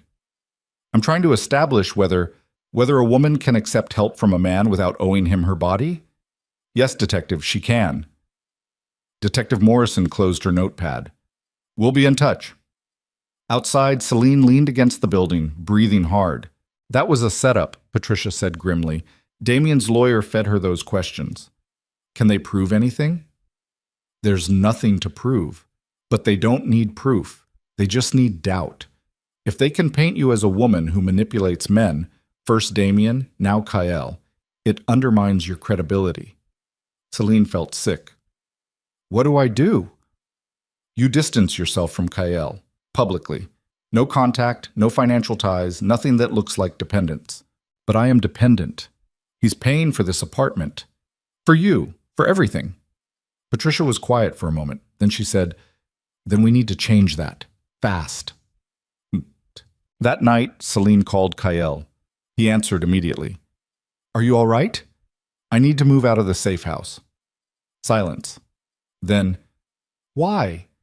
"Because Damian's lawyer is using it against me, claiming you're controlling me financially. I need to prove I can stand on my own." "Where will you go?" "I'll figure it out." "Selene, please, don't make this harder than it already is." Kael was quiet for a long time. Finally, he said, "I'll have Marco help you pack." "Thank you." "For what?" "For letting me go." The line went dead. Tag. Selene found a studio apartment in a neighborhood she couldn't afford, signed a lease with money she didn't have, and moved in with Noah on a gray Sunday afternoon. The apartment was half the size of the safe house. The heat barely worked. The windows didn't lock properly, but it was hers. No bodyguards outside, no surveillance cameras, no one telling her where to go or who to trust, just her and Noah. That first night, she lay in bed listening to sirens wail past outside and wondered if she'd made a catastrophic mistake. Her phone buzzed. Unknown number. Against every instinct, she answered. "I know where you are," Damian whispered. Selene's blood turned to ice. "You thought moving would help?" Thought cutting ties with your rich boyfriend would save you? Damien laughed, low and vicious. I've been watching that building for 3 days, baby. Saw you move in, saw you struggle with the boxes, saw you tuck Noah into bed through that broken window lock. Selene couldn't breathe. You're all alone now, Damien continued. No guards, no lawyers, no one to hear you scream. He paused. I'll see you soon. The call ended. Selene sat frozen, phone trembling in her hand. Then she heard it. Footsteps in the hallway outside her door. Slow, deliberate. Stopping right outside her apartment. A knock. 3 times. Selene grabbed Noah from his bed, pressed her hand over his mouth, and backed into the bathroom. Another knock. Louder. Selene!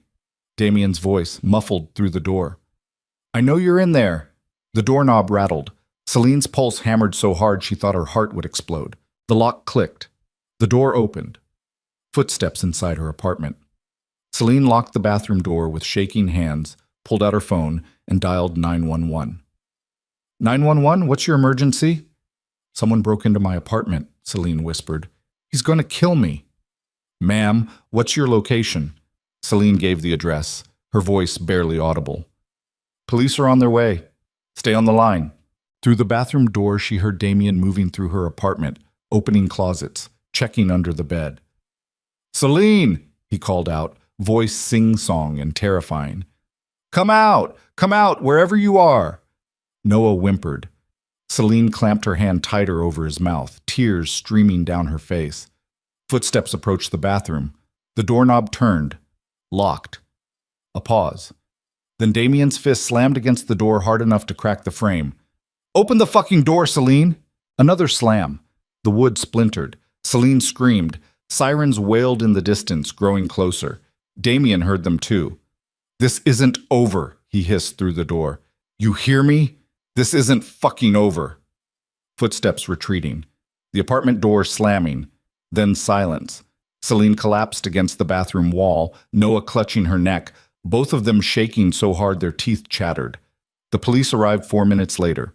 By then, Damien was gone, and Selene finally understood with devastating clarity that she couldn't do this alone. She pulled out her phone, dialed Kael. When he answered, she said 3 words, I need help. Kael arrived in 11 minutes. Selene heard his car screech to a stop outside her building, heard his footsteps pounding up the stairwell 3 at a time. When he burst through her apartment door, past the 2 uniformed officers taking her statement, past the splintered bathroom doorframe, past everything, his eyes found hers with an intensity that made her chest ache. Are you hurt? Selene shook her head. Noah pressed against her chest so tightly she could feel his heartbeat through her ribs. Kael turned to the officers. What happened? The older cop, badge-reading Hensley, flipped through his notepad. Forced entry. Suspect fled before we arrived. Ms. Vale identified him as Damien Cross, subject of an active restraining order. Did you put out an APB? We're canvassing the area, but without physical evidence or witnesses. He threatened her over the phone, broke into her apartment, terrorized her child. Kael's voice dropped into something cold and lethal. What more do you need? Sir, I understand you're upset. Do you? Kael stepped closer. Because from where I'm standing, you're treating this like a domestic dispute instead of what it actually is. Stalking, breaking, and entering, attempted assault. Officer Hensley's jaw tightened. We take all reports seriously? Then find him. The officers exchanged glances. The younger one cleared his throat. We'll need Ms. Vale to come to the station tomorrow. File an official report. Maybe look at some photos. She's not going anywhere, Kael said flatly. Mr. Virelli. She'll give her statement here, tonight, with her lawyer present. Then you're going to post a patrol car outside this building until Damien Cross is in custody. Officer Hensley's expression hardened. That's not how this works. Make it work. The 2 men stared at each other, the air thick with tension. Finally, Hensley nodded curtly. I'll see what I can do. After the police left, Kael crouched in front of Selene. She sat on the couch, still holding Noah, her entire body rigid with adrenaline that had nowhere to go. Pack a bag, Kael said quietly. You're not staying here. I can't go back to the safe house. Damien's lawyer will... You're coming to my place. Selene's breath caught. That's even worse. They'll say, buh. I don't care what they say. Kael's voice was steel wrapped in silk. He broke into your apartment. He knows where you live. You're not safe here. I'm not safe anywhere. Then at least be unsafe somewhere I can protect you. Selene looked down at Noah, who'd finally fallen into an exhausted sleep against her shoulder. The boy's face was tear-streaked, his small hands still clutching her shirt like he was afraid she'd disappear. Okay, she whispered. Okay.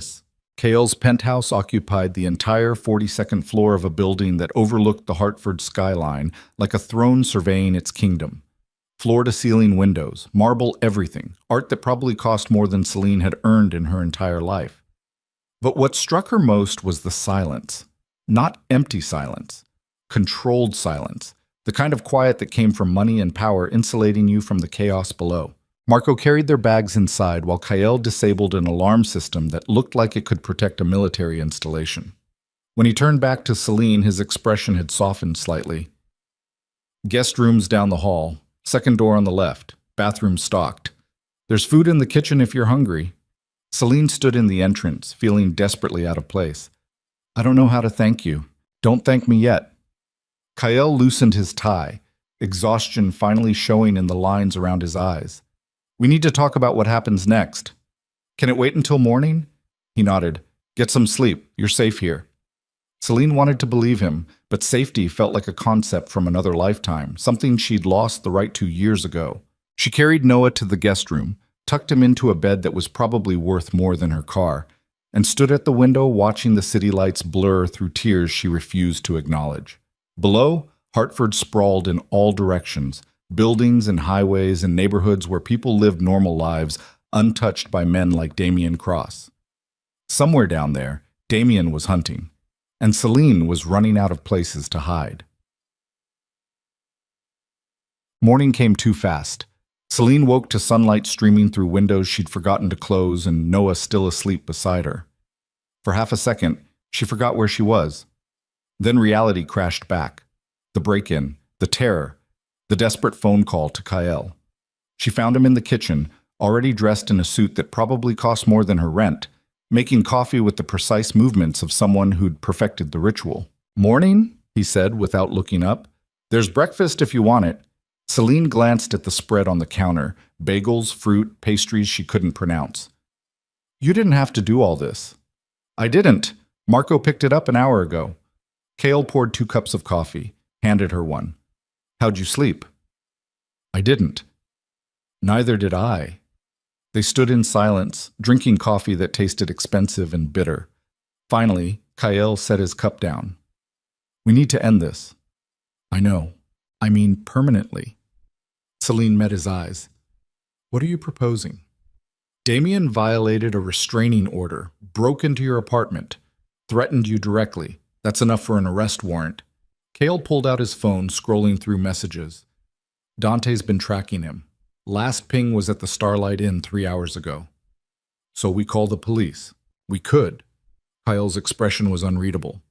But cops move slow. Paperwork, bureaucracy, Miranda rights.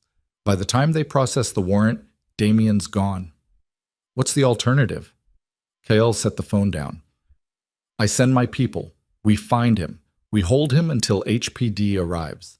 Then we hand him over with enough evidence to keep him locked up while the courts work. Selene's pulse quickened. That's kidnapping. That's a citizen's arrest. Is there a difference? Legally? Sometimes. Kael's jaw tightened. But I'm not asking for permission. I'm telling you what I'm going to do. You can either be part of the decision or not. Selene stared at him. This was the Kael Virelli she'd heard whispers about, the man who ran an empire through calculated violence, who made problems disappear, who operated in shadows where laws bent to accommodate power, and he was offering to use that darkness for her. What if something goes wrong? She asked quietly. It won't. But if it does, then I handle it. Kael stepped closer. You've spent 4 years being afraid, 4 years waiting for someone to save you. I'm not going to save you, Selene. I'm going to give you the chance to stop being afraid. The words hit like a physical blow. Because he was right. She'd been living in terror so long it had become her baseline. She'd learned to move quietly, speak carefully, anticipate violence before it arrived. Fear had rewired her brain until survival was all she knew, but survival wasn't living. "Do it," Selene said. Kael nodded once. "Stay here. Don't leave for any reason. Marco's outside. If anything happens, you call me immediately." "What are you going to do?" "What I should have done the night you called me." He grabbed his jacket. "I'm going to end this. Cheek." The Starlight Inn looked exactly like the kind of place where dreams went to die. Kael parked 2 blocks away, watching the building through tinted windows. Dante sat in the passenger seat, going through surveillance footage on a tablet. "Room 23, Dante confirmed. "Damien's truck is in the lot. No movement in the last 40 minutes. Kael studied the layout. 2 floors, outdoor corridors, multiple exits, security cameras that probably hadn't worked in years. "How many men do we have?" 4. "Marco's staying with Selene. That leaves Vincent, Tommy, and Sal." "Enough." Kael checked his watch. "HPD's got a warrant ready to execute.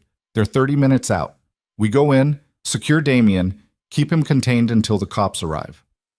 "And if he resists?" Kael's expression went cold.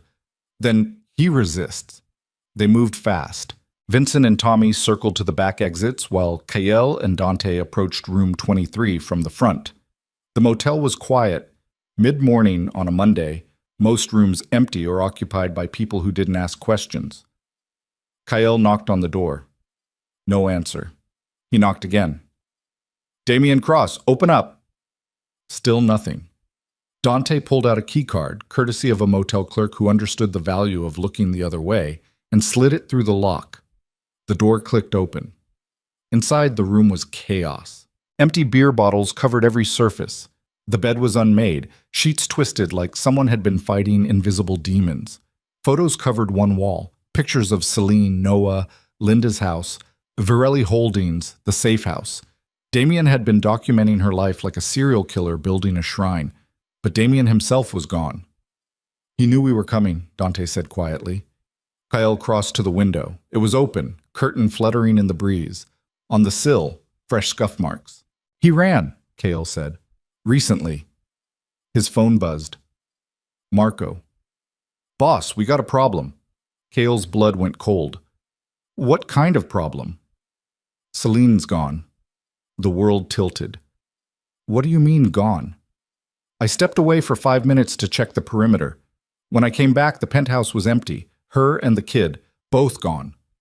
Kael's grip tightened on the phone. "Find her. Now." He hung up, already moving toward the door. Dante grabbed his arm. "Kael, think. If Damien has her, then I'm going to kill him." Selene had made the decision in the 30 seconds between Kael leaving and Marco stepping outside. She'd stood in that pristine penthouse, surrounded by wealth and security that wasn't hers, and realized something devastating. Hiding wasn't working. Running wasn't working. Letting other people fight her battles wasn't working. Damien had spent 4 years conditioning her to be helpless, and she'd been proving him right. So when her phone buzzed with a text from an unknown number, she didn't delete it. She read it. "Meet me. Bushnell Park. South entrance. Come alone, or I disappear and you spend the rest of your life looking over your shoulder." Every instinct screamed trap. Every therapist she'd ever talked to would have told her not to go. But Selene was done listening to fear.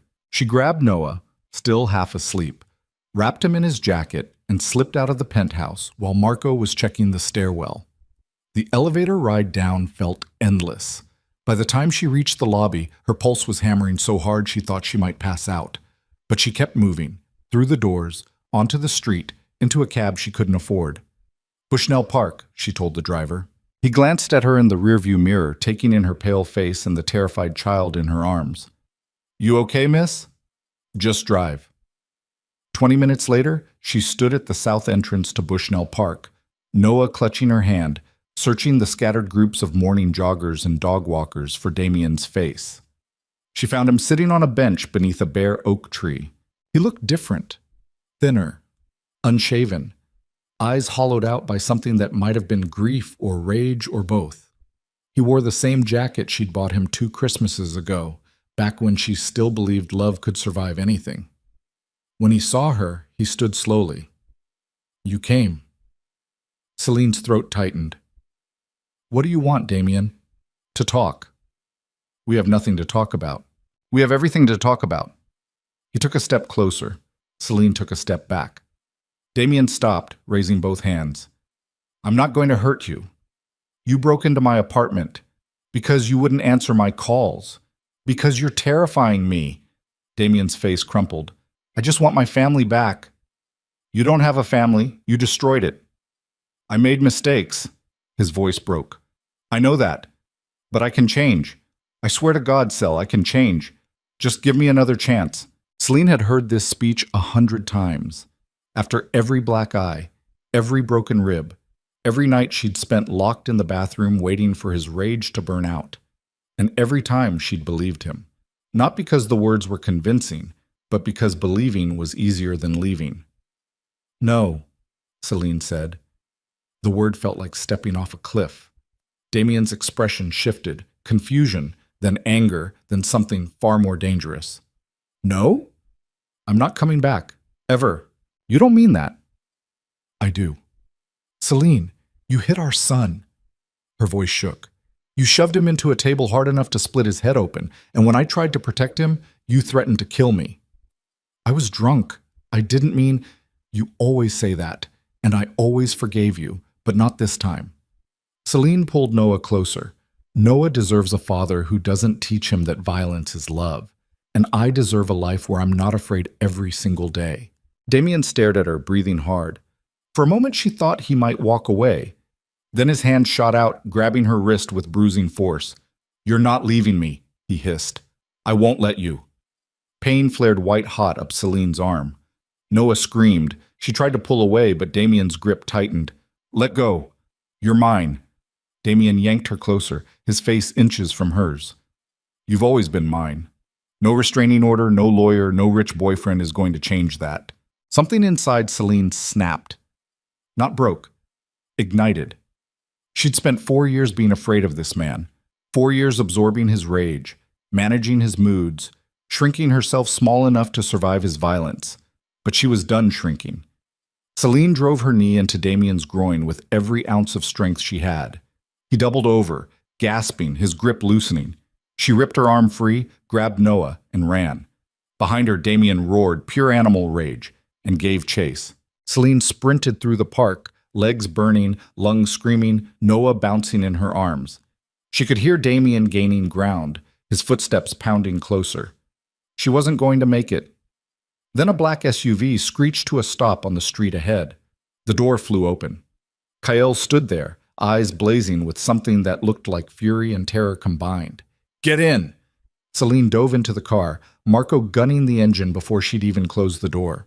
Through the rear window, she watched Damien stumble to a stop on the sidewalk, screaming her name, fists raised to the sky. Then the SUV turned a corner, and he disappeared from view. Selene collapsed against the seat, Noah sobbing in her arms, her entire body shaking so violently her teeth chattered. Kael turned around from the front seat. "What the hell were you thinking? I thought—" "You thought what? That you could negotiate with him? Reason with him?" Kael's voice was ice. "He's not rational, Selene. He's obsessed. And you just gave him exactly what he wanted, access to you." "I know." "Do you?" "Because you could have died. Noah could have died. And for what?" Selene met his eyes, tears streaming down her face. "Because I needed to prove I wasn't afraid anymore." The car went silent. Kael stared at her for a long moment, then quietly. "And are you?" "Terrified," Selena whispered, "but I'm also done running." They returned to the penthouse under armed escort. Marco and 2 additional men swept every floor before allowing them inside. Kael triple-checked the locks, activated every security system, and stationed guards at every entrance. Only then did he turn to Selene. "We need to talk." She nodded, settling Noah on the couch with cartoons playing at low volume. In the kitchen, Kael poured 2 glasses of whiskey neither of them touched. "Damien's not going to stop," he said finally. "Not with restraining orders, not with custody hearings, not with cops circling. He's too far gone. I know. So we have two options. Kael met her eyes. We wait for him to cross a line serious enough that the legal system can't ignore it, which means waiting for him to hurt you or Noah badly enough that he goes to prison. Selene's stomach turned. Or I make him disappear tonight, permanently. No body, no evidence, no trial, just gone. The offer hung between them. Explicit, terrible, final. Selene thought about Noah's face when Damien grabbed her wrist. Thought about 4 years of violence disguised as love. Thought about the hollowed-out woman she'd been 6 months ago, too broken to imagine escape. Then she thought about the restraining order that hadn't stopped Damien. The police who moved too slow. The legal system designed to protect abusers until their victims were already dead. If I say yes, she whispered, what happens to you? Nothing you need to worry about. I'm serious. Kael was quiet for a long moment. My people are good at making problems disappear. Damien becomes a missing person, cold case, eventually forgotten. I've done it before. I'll do it again. And you're okay with that? I stopped asking myself that question years ago. Selene closed her eyes. Every moral fiber she had screamed that this was wrong, that murder was murder, regardless of justification, that she couldn't fight darkness with more darkness. But Noah's terrified sobs echoed in her memory, and she realized with devastating clarity that morality was a luxury she could no longer afford. Do it, she said. Kael nodded once. Okay. He pulled out his phone, started to dial. Wait, Selene said. He paused. I need to be the one to call him, to set the meeting. Her voice shook. If I'm asking you to do this, I have to own it, all of it. Kael studied her carefully. You understand what you're asking? Yes. Once it's done, there's no taking it back. I know. He handed her a burner phone. Make the call. Selene's hands trembled as she dialed Damien's number, the number she'd deleted and rememorized 100 times. He answered on the first ring. Sel. She closed her eyes. We need to talk, face to face, no lawyers, no cops, just us. Where? The old warehouse on River Street, where we used to go when we first met, 9 o'clock tonight. A pause. How do I know this isn't a trap? Because I'm tired of fighting, and I think maybe you're right. Maybe we can fix this. The lie tasted like poison, but Damien believed it, because abusers always believed their victims would come back. 9 o'clock, he repeated. Just you. Just me. She hung up, looked at Kael. It's done. Kael made 3 phone calls, short, clipped, coded language Selene didn't fully understand. Then he turned back to her. My people will be in position by 8. When Damien arrives, they'll handle it. You stay here. With Noah. With Marco. When it's over, I'll call you. I want to be there. Absolutely not. He's a monster, and what happens next isn't something you need to witness. Kael's voice gentled slightly. You asked me to handle this, so let me handle it. Selene wanted to argue. She didn't, because deep down she knew Kael was right. Some doors, once opened, destroyed everyone who walked through them. Axe. 9 o'clock arrived with the weight of inevitability. Selene sat in Kael's penthouse, Noah asleep in her arms, watching the clock tick toward the moment that would change everything. Marco stood by the window, silent and vigilant. Her phone buzzed. Kael. He's here. 2 words. Selene's pulse spiked. She imagined Damien pulling into that abandoned warehouse, expecting reconciliation, expecting her. Finding Kael's people instead. What happened next would be quick, clinical, permanent, and she'd ordered it. 5 minutes passed. 10. 15. Her phone rang. Kael. She answered with shaking hands. Is it done? Silence on the other end. Then, we have a problem. Selene's blood went cold. What kind of problem? Damien didn't come alone. What? He brought a gun and a hostage. The world tilted. Who? Kael's voice was tight with fury. Your mother. Selene's phone slipped from her hand, clattering against the floor. Through the speakers, she heard Kael shouting orders, heard car doors slamming, heard her mother screaming in the background, and she understood with horrifying clarity that the trap she'd set for Damien had just sprung in reverse. Now everyone she loved was in the same place, with a desperate man holding a gun. And it was entirely her fault. Selene didn't remember grabbing her coat or racing to the elevator or screaming at Marco to drive faster. She only remembered the warehouse materializing through the windshield like something from a nightmare. Rusted metal siding, shattered windows, the kind of abandoned industrial skeleton that Hartford had forgotten decades ago. 3 black SUVs surrounded the building, headlights cutting through darkness. Men in dark suits moved with military precision, establishing perimeters, checking sight lines. And somewhere inside that building, Damien held her mother at gunpoint. Marco grabbed Celine's arm before she could bolt from the car. "You can't go in there." "That's my mother." "Which is exactly why you need to stay here. Boss's orders." Selene ripped her arm free. "I don't work for your boss." She was out of the car before Marco could stop her, sprinting toward the warehouse entrance. 2 of Kael's men tried to intercept her. She dodged the first, ducked under the second's reaching arm, and crashed through the rusted door into darkness that smelled like oil and decay. Inside, fluorescent work lights had been set up, casting harsh shadows across a cavernous space filled with abandoned machinery and 20 years of industrial neglect. Kael stood 30 feet from the entrance, hands raised, his voice calm but carrying an edge that could cut glass. "Damien, let's talk about this."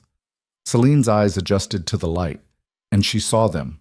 Damien stood in the center of the warehouse floor, one arm wrapped around Linda Vale's throat, the other holding a pistol pressed against her temple. Linda's face was tear-streaked, her eyes wide with terror, but she wasn't struggling. She'd gone still in that terrible way prey animals do when they know movement means death. "There's nothing to talk about," Damien said. His voice was raw, shredded by something that might have been grief or madness or both. "You took my family, so I'm taking hers." "She's not part of this," Kael said. "Everything's part of this." Damien's arm tightened around Linda's throat. "You think you can just erase me? Make me disappear? I know what you are, Virelli. I know what you do to people who get in your way. Then you know you're not walking out of here. Neither is she." The warehouse went silent. Then Selene stepped forward into the light. "Damien." His head snapped toward her voice. For a moment, his expression cycled through emotions too fast to track. Surprise, rage, longing, hatred. Sell. The way he said her name made her skin crawl. "You came. Let her go. Not until we talk." "We are talking." "No."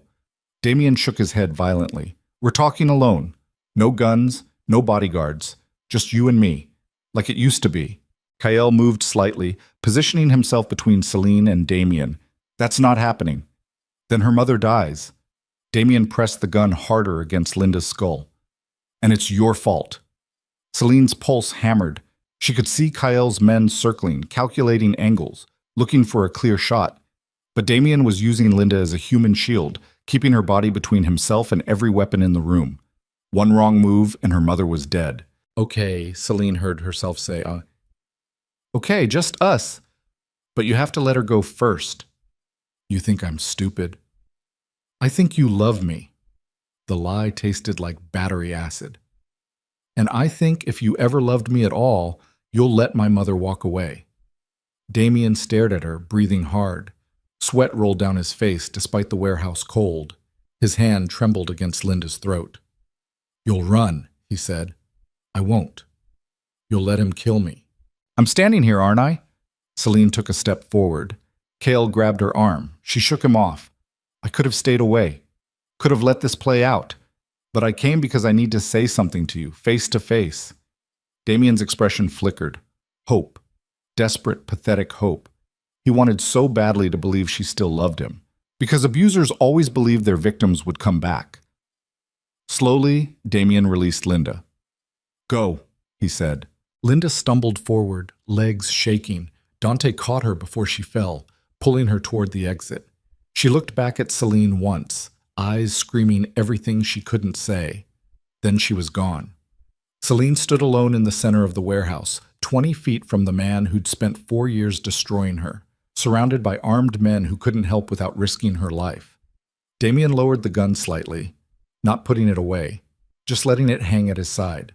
"Say it," he whispered. "Say you still love me." Selene looked at him, really looked at him, and saw clearly for the first time what 4 years of fear had obscured. He wasn't a monster. He was just broken and dangerous and utterly convinced that violence was the only language love understood. "I don't love you," Selene said quietly. "I haven't loved you for a long time." Damien flinched like she'd struck him. "But I did once," she continued. "I loved the version of you that made me laugh, that held me when I was scared, that promised we'd build a life together." Her voice cracked. "And I kept loving that version long after he disappeared, because it was easier than admitting I'd fallen in love with someone who didn't exist." You hit me." The words came out flat, factual. "You choked me unconscious in front of our son. You isolated me from everyone who cared about me. You made me believe I deserved it, that I was the problem, that if I just tried harder, loved you better, you'd stop hurting me." Tears rolled down Damien's face. "I'm sorry. You're always sorry. Sorry after every black eye. Sorry after every broken rib. Sorry after you shoved Noah into a table hard enough to crack his skull open." Selene's hands clenched into fists. "But sorry doesn't erase what you did. It doesn't heal the scars. It doesn't give me back the years I spent being terrified of the man I slept beside. I can change." "No." Selene shook her head. "You can't, because changing would require you to admit that you're the problem, that your anger isn't my fault, that your violence isn't love, and you'll never admit that, because then you'd have to face the truth." "What truth?" "That you destroyed the only person who ever really loved you." Damien's face crumpled. The gun rose, not pointing at Selene, pointing at himself. "Then what's the point?" he whispered.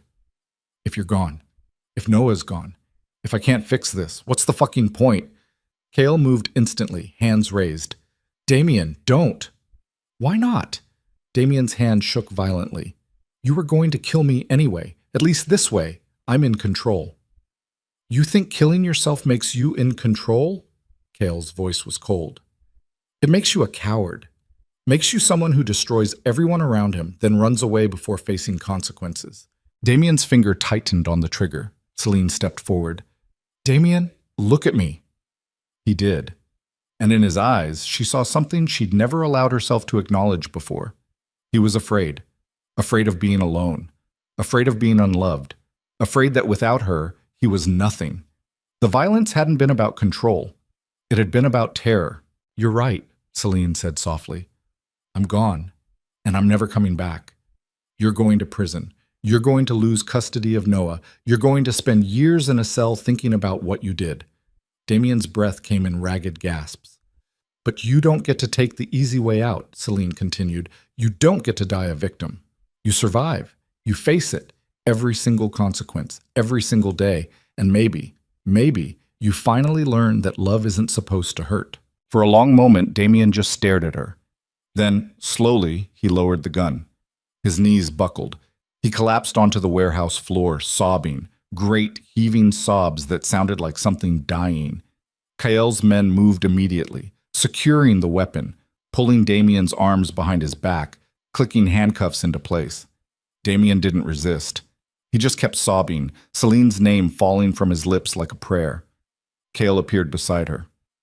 "Are you hurt?" Selene shook her head, unable to speak, because she wasn't hurt. She was free. The police arrived 12 minutes later. Detective Morrison took statements while officers processed the scene. Damien sat in the back of a patrol car, head against the window, staring at nothing. Linda wrapped Selene in a hug so tight it hurt. "You stupid, brave girl," Linda whispered. "I'm sorry. I'm so sorry he dragged you into this. Don't apologize for him. Not ever again." They held each other until the trembling stopped. Kael stood apart from the chaos, speaking quietly into his phone. When he hung up, he approached Selene carefully. "HPD's charging him with kidnapping, assault with a deadly weapon, and violation of a restraining order. Combined with his priors, he's looking at 15 to 20 years. Selene nodded numbly. "And the custody case?" Patricia says it's over. With criminal charges filed, the judge will terminate his parental rights permanently. You'll have full custody. No visitation, no contact. The words should have brought relief. They just felt hollow. What about you? Selene asked. What about me? You were going to kill him. If I hadn't shown up, but you did. Kael's expression was unreadable.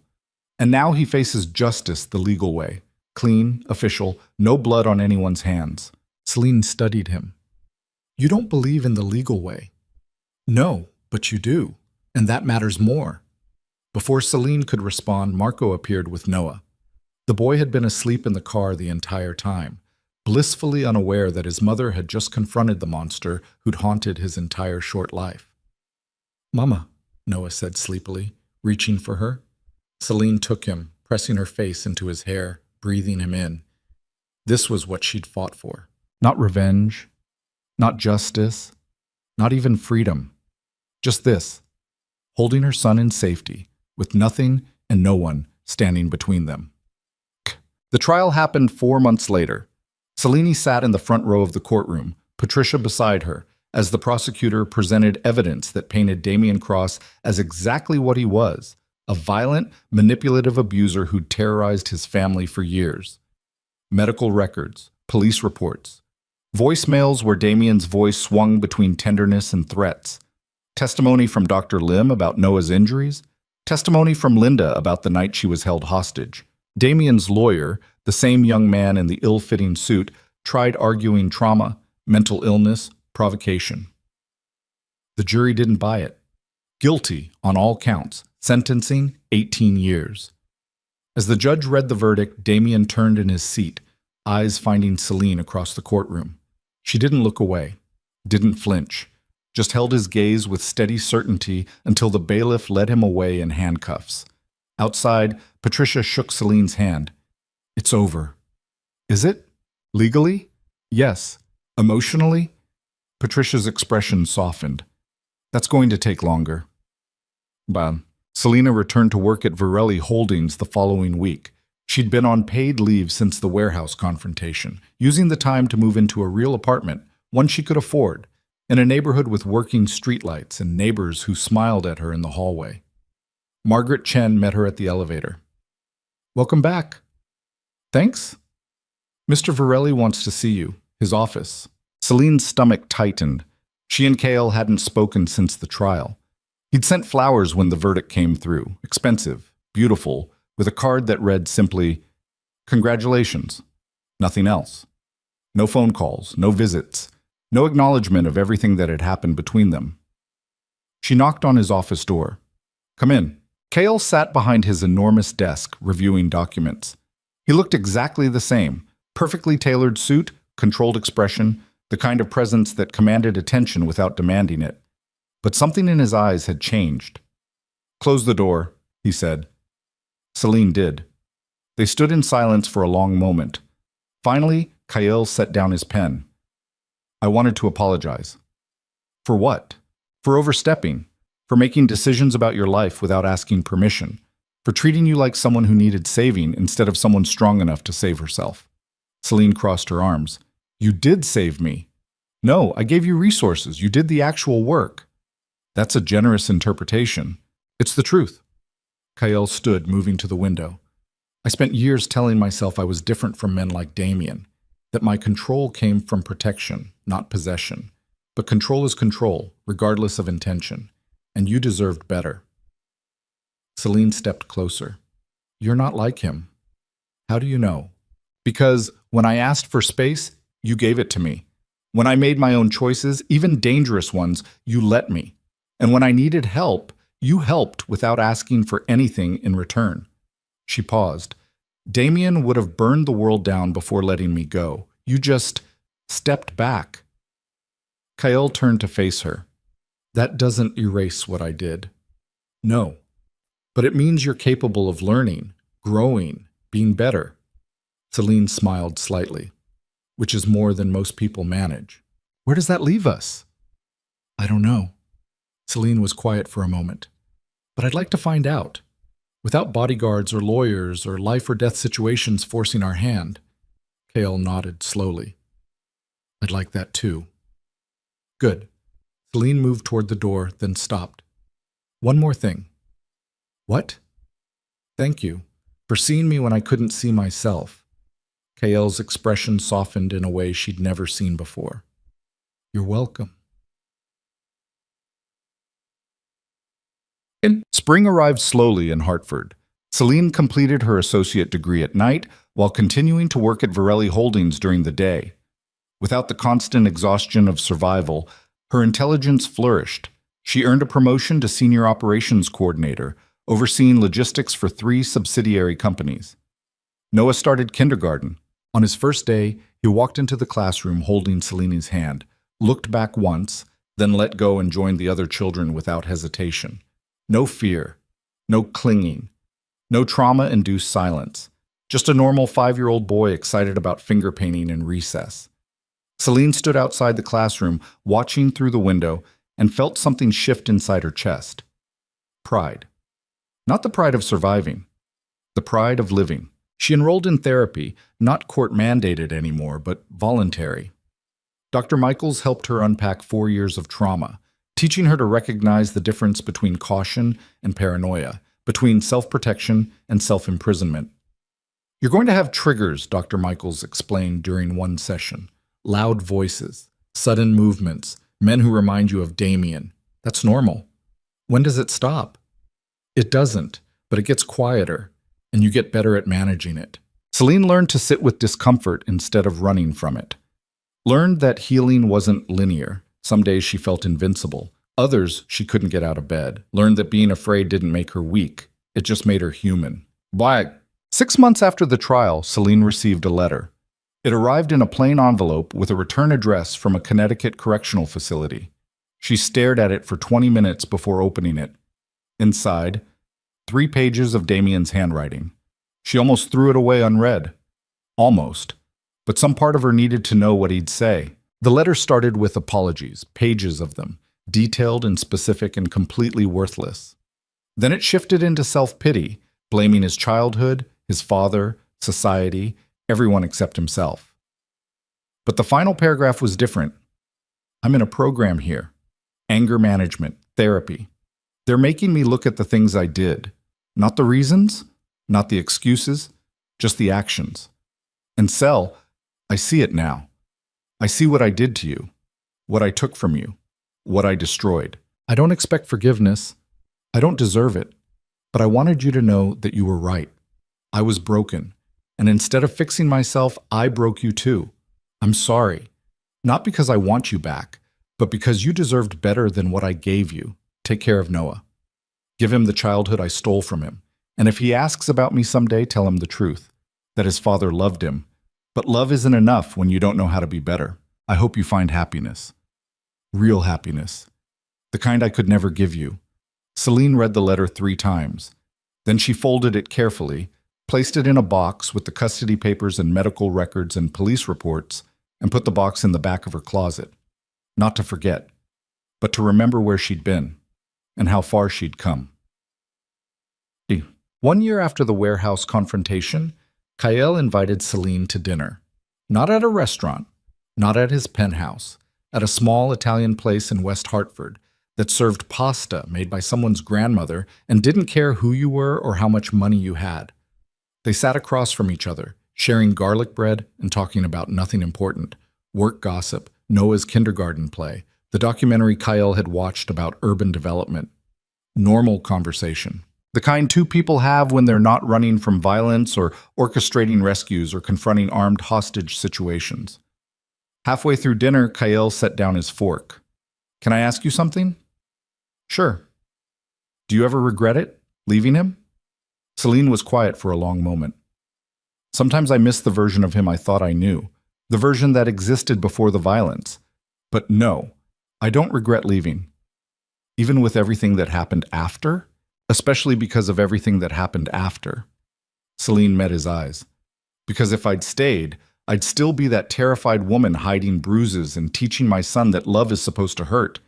And now I'm someone who fought back, who survived, who's building a life that actually belongs to me.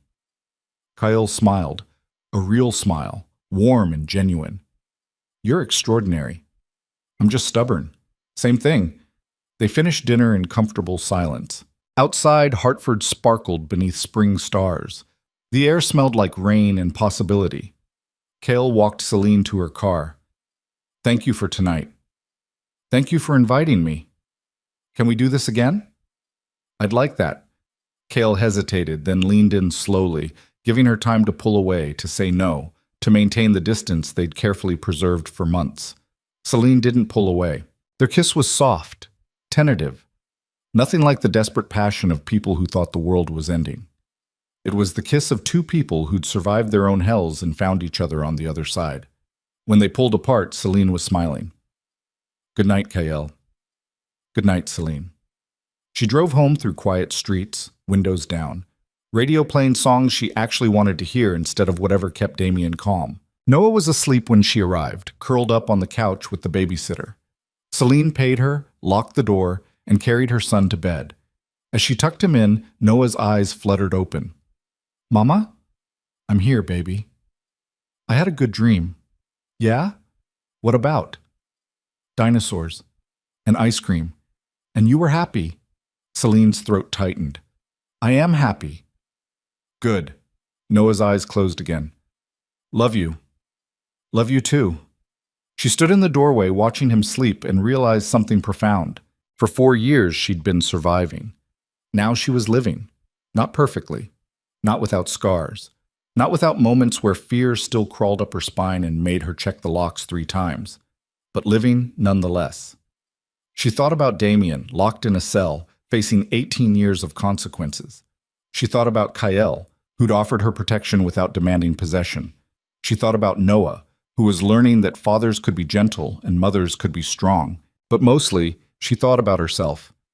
The woman who'd sat across from a mafia boss in a conference room, bruised and terrified and barely holding together. The woman who'd left in the middle of the night with nothing but a canvas bag and desperate hope. The woman who'd faced her abuser in a warehouse and refused to let him steal one more second of her life.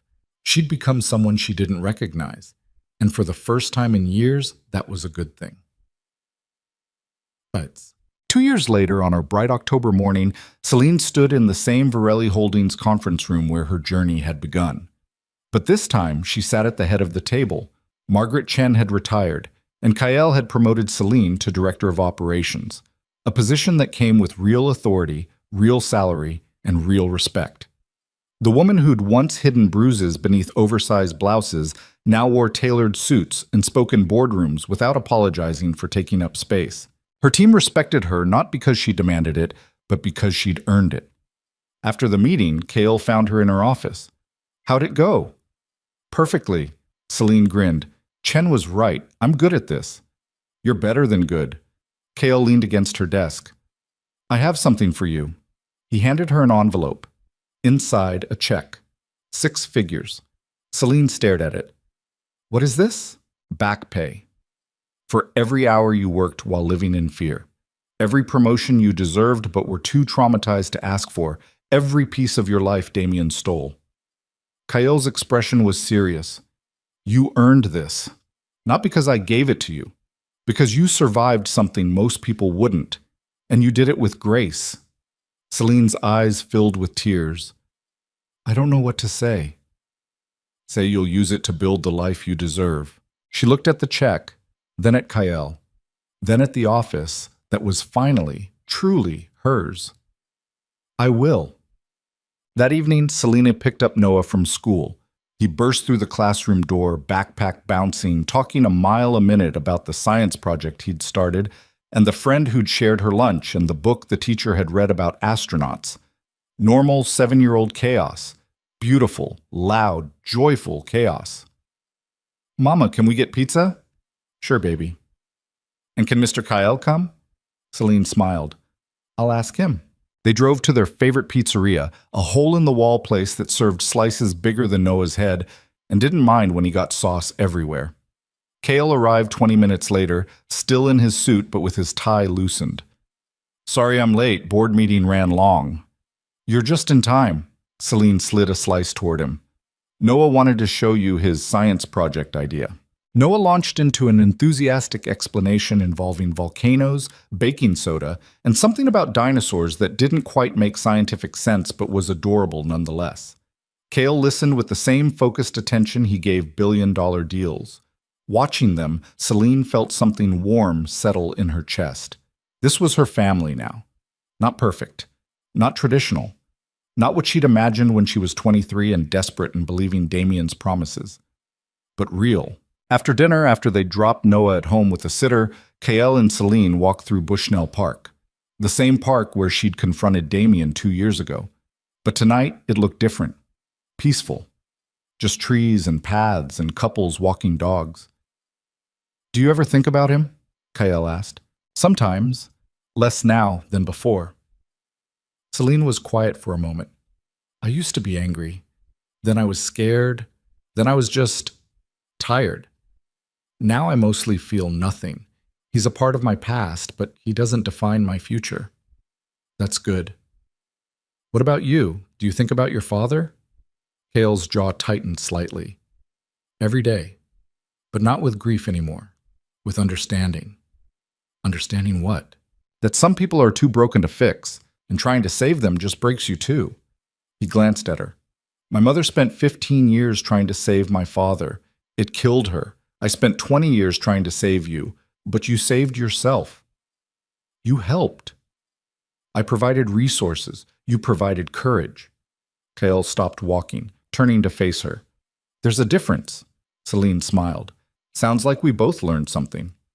"Yeah, we did."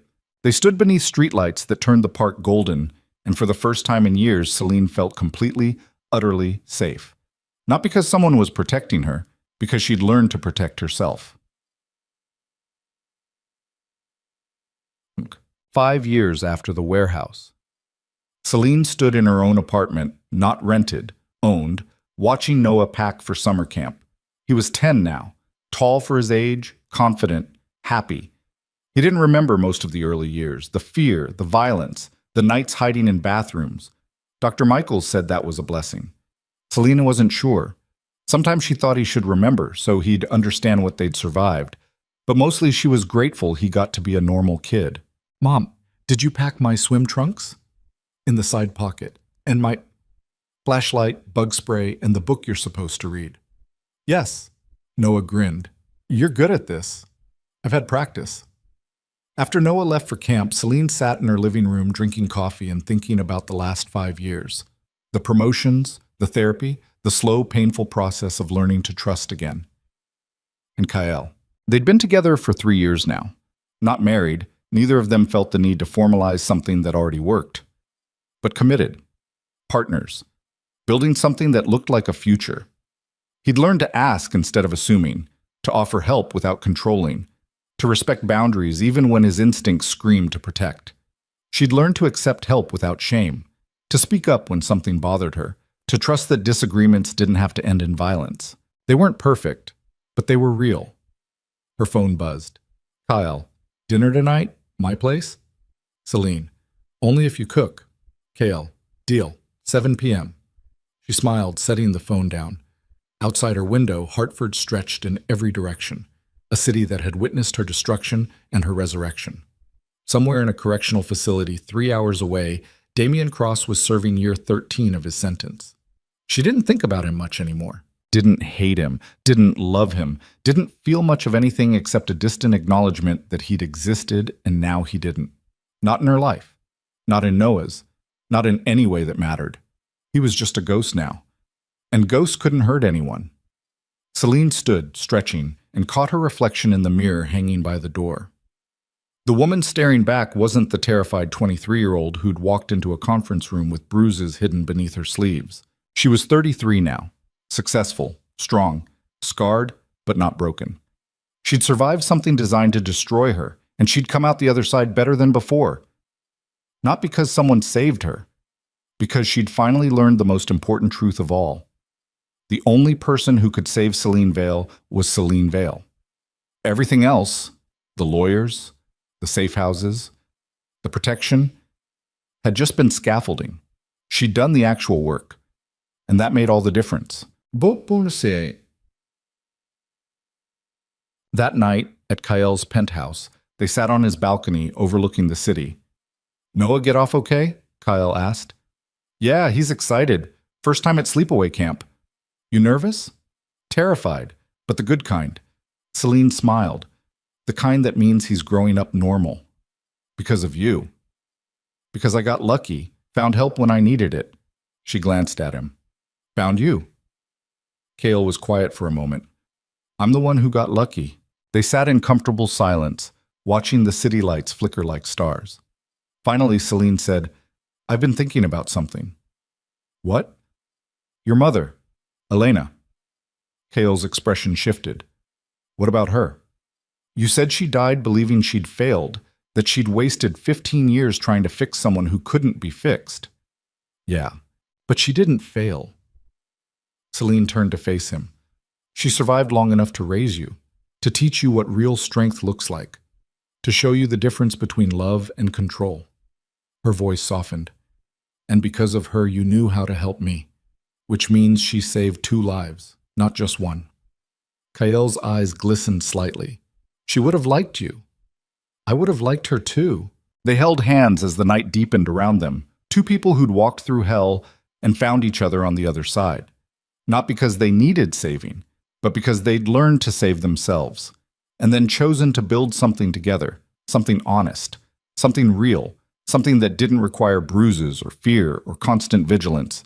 Just 2 people. And a choice. And the courage to believe they deserved better. Selene thought about the woman she used to be, the one who'd believed love was supposed to hurt, that she deserved the pain, that leaving was impossible. That woman was gone now, not erased, not forgotten, but transformed into someone who knew her worth, who demanded respect, who understood that strength wasn't about never being afraid. It was about being afraid and moving forward anyway. Below them, Hartford glittered in the darkness, a city full of people fighting their own battles, surviving their own hells, searching for their own versions of freedom. And somewhere in that vast, complicated, beautiful mess, Selene Vale had finally found hers. Not in a courtroom or a warehouse or a penthouse overlooking the city, but in the quiet moments between chaos, in Noah's laughter, in Kael's steady presence, in the reflection of a woman who'd survived the unsurvivable, and most importantly, in the understanding that she'd done it herself, with help, with support, with resources, but ultimately through her own strength, her own courage, her own refusal to let trauma have the final word.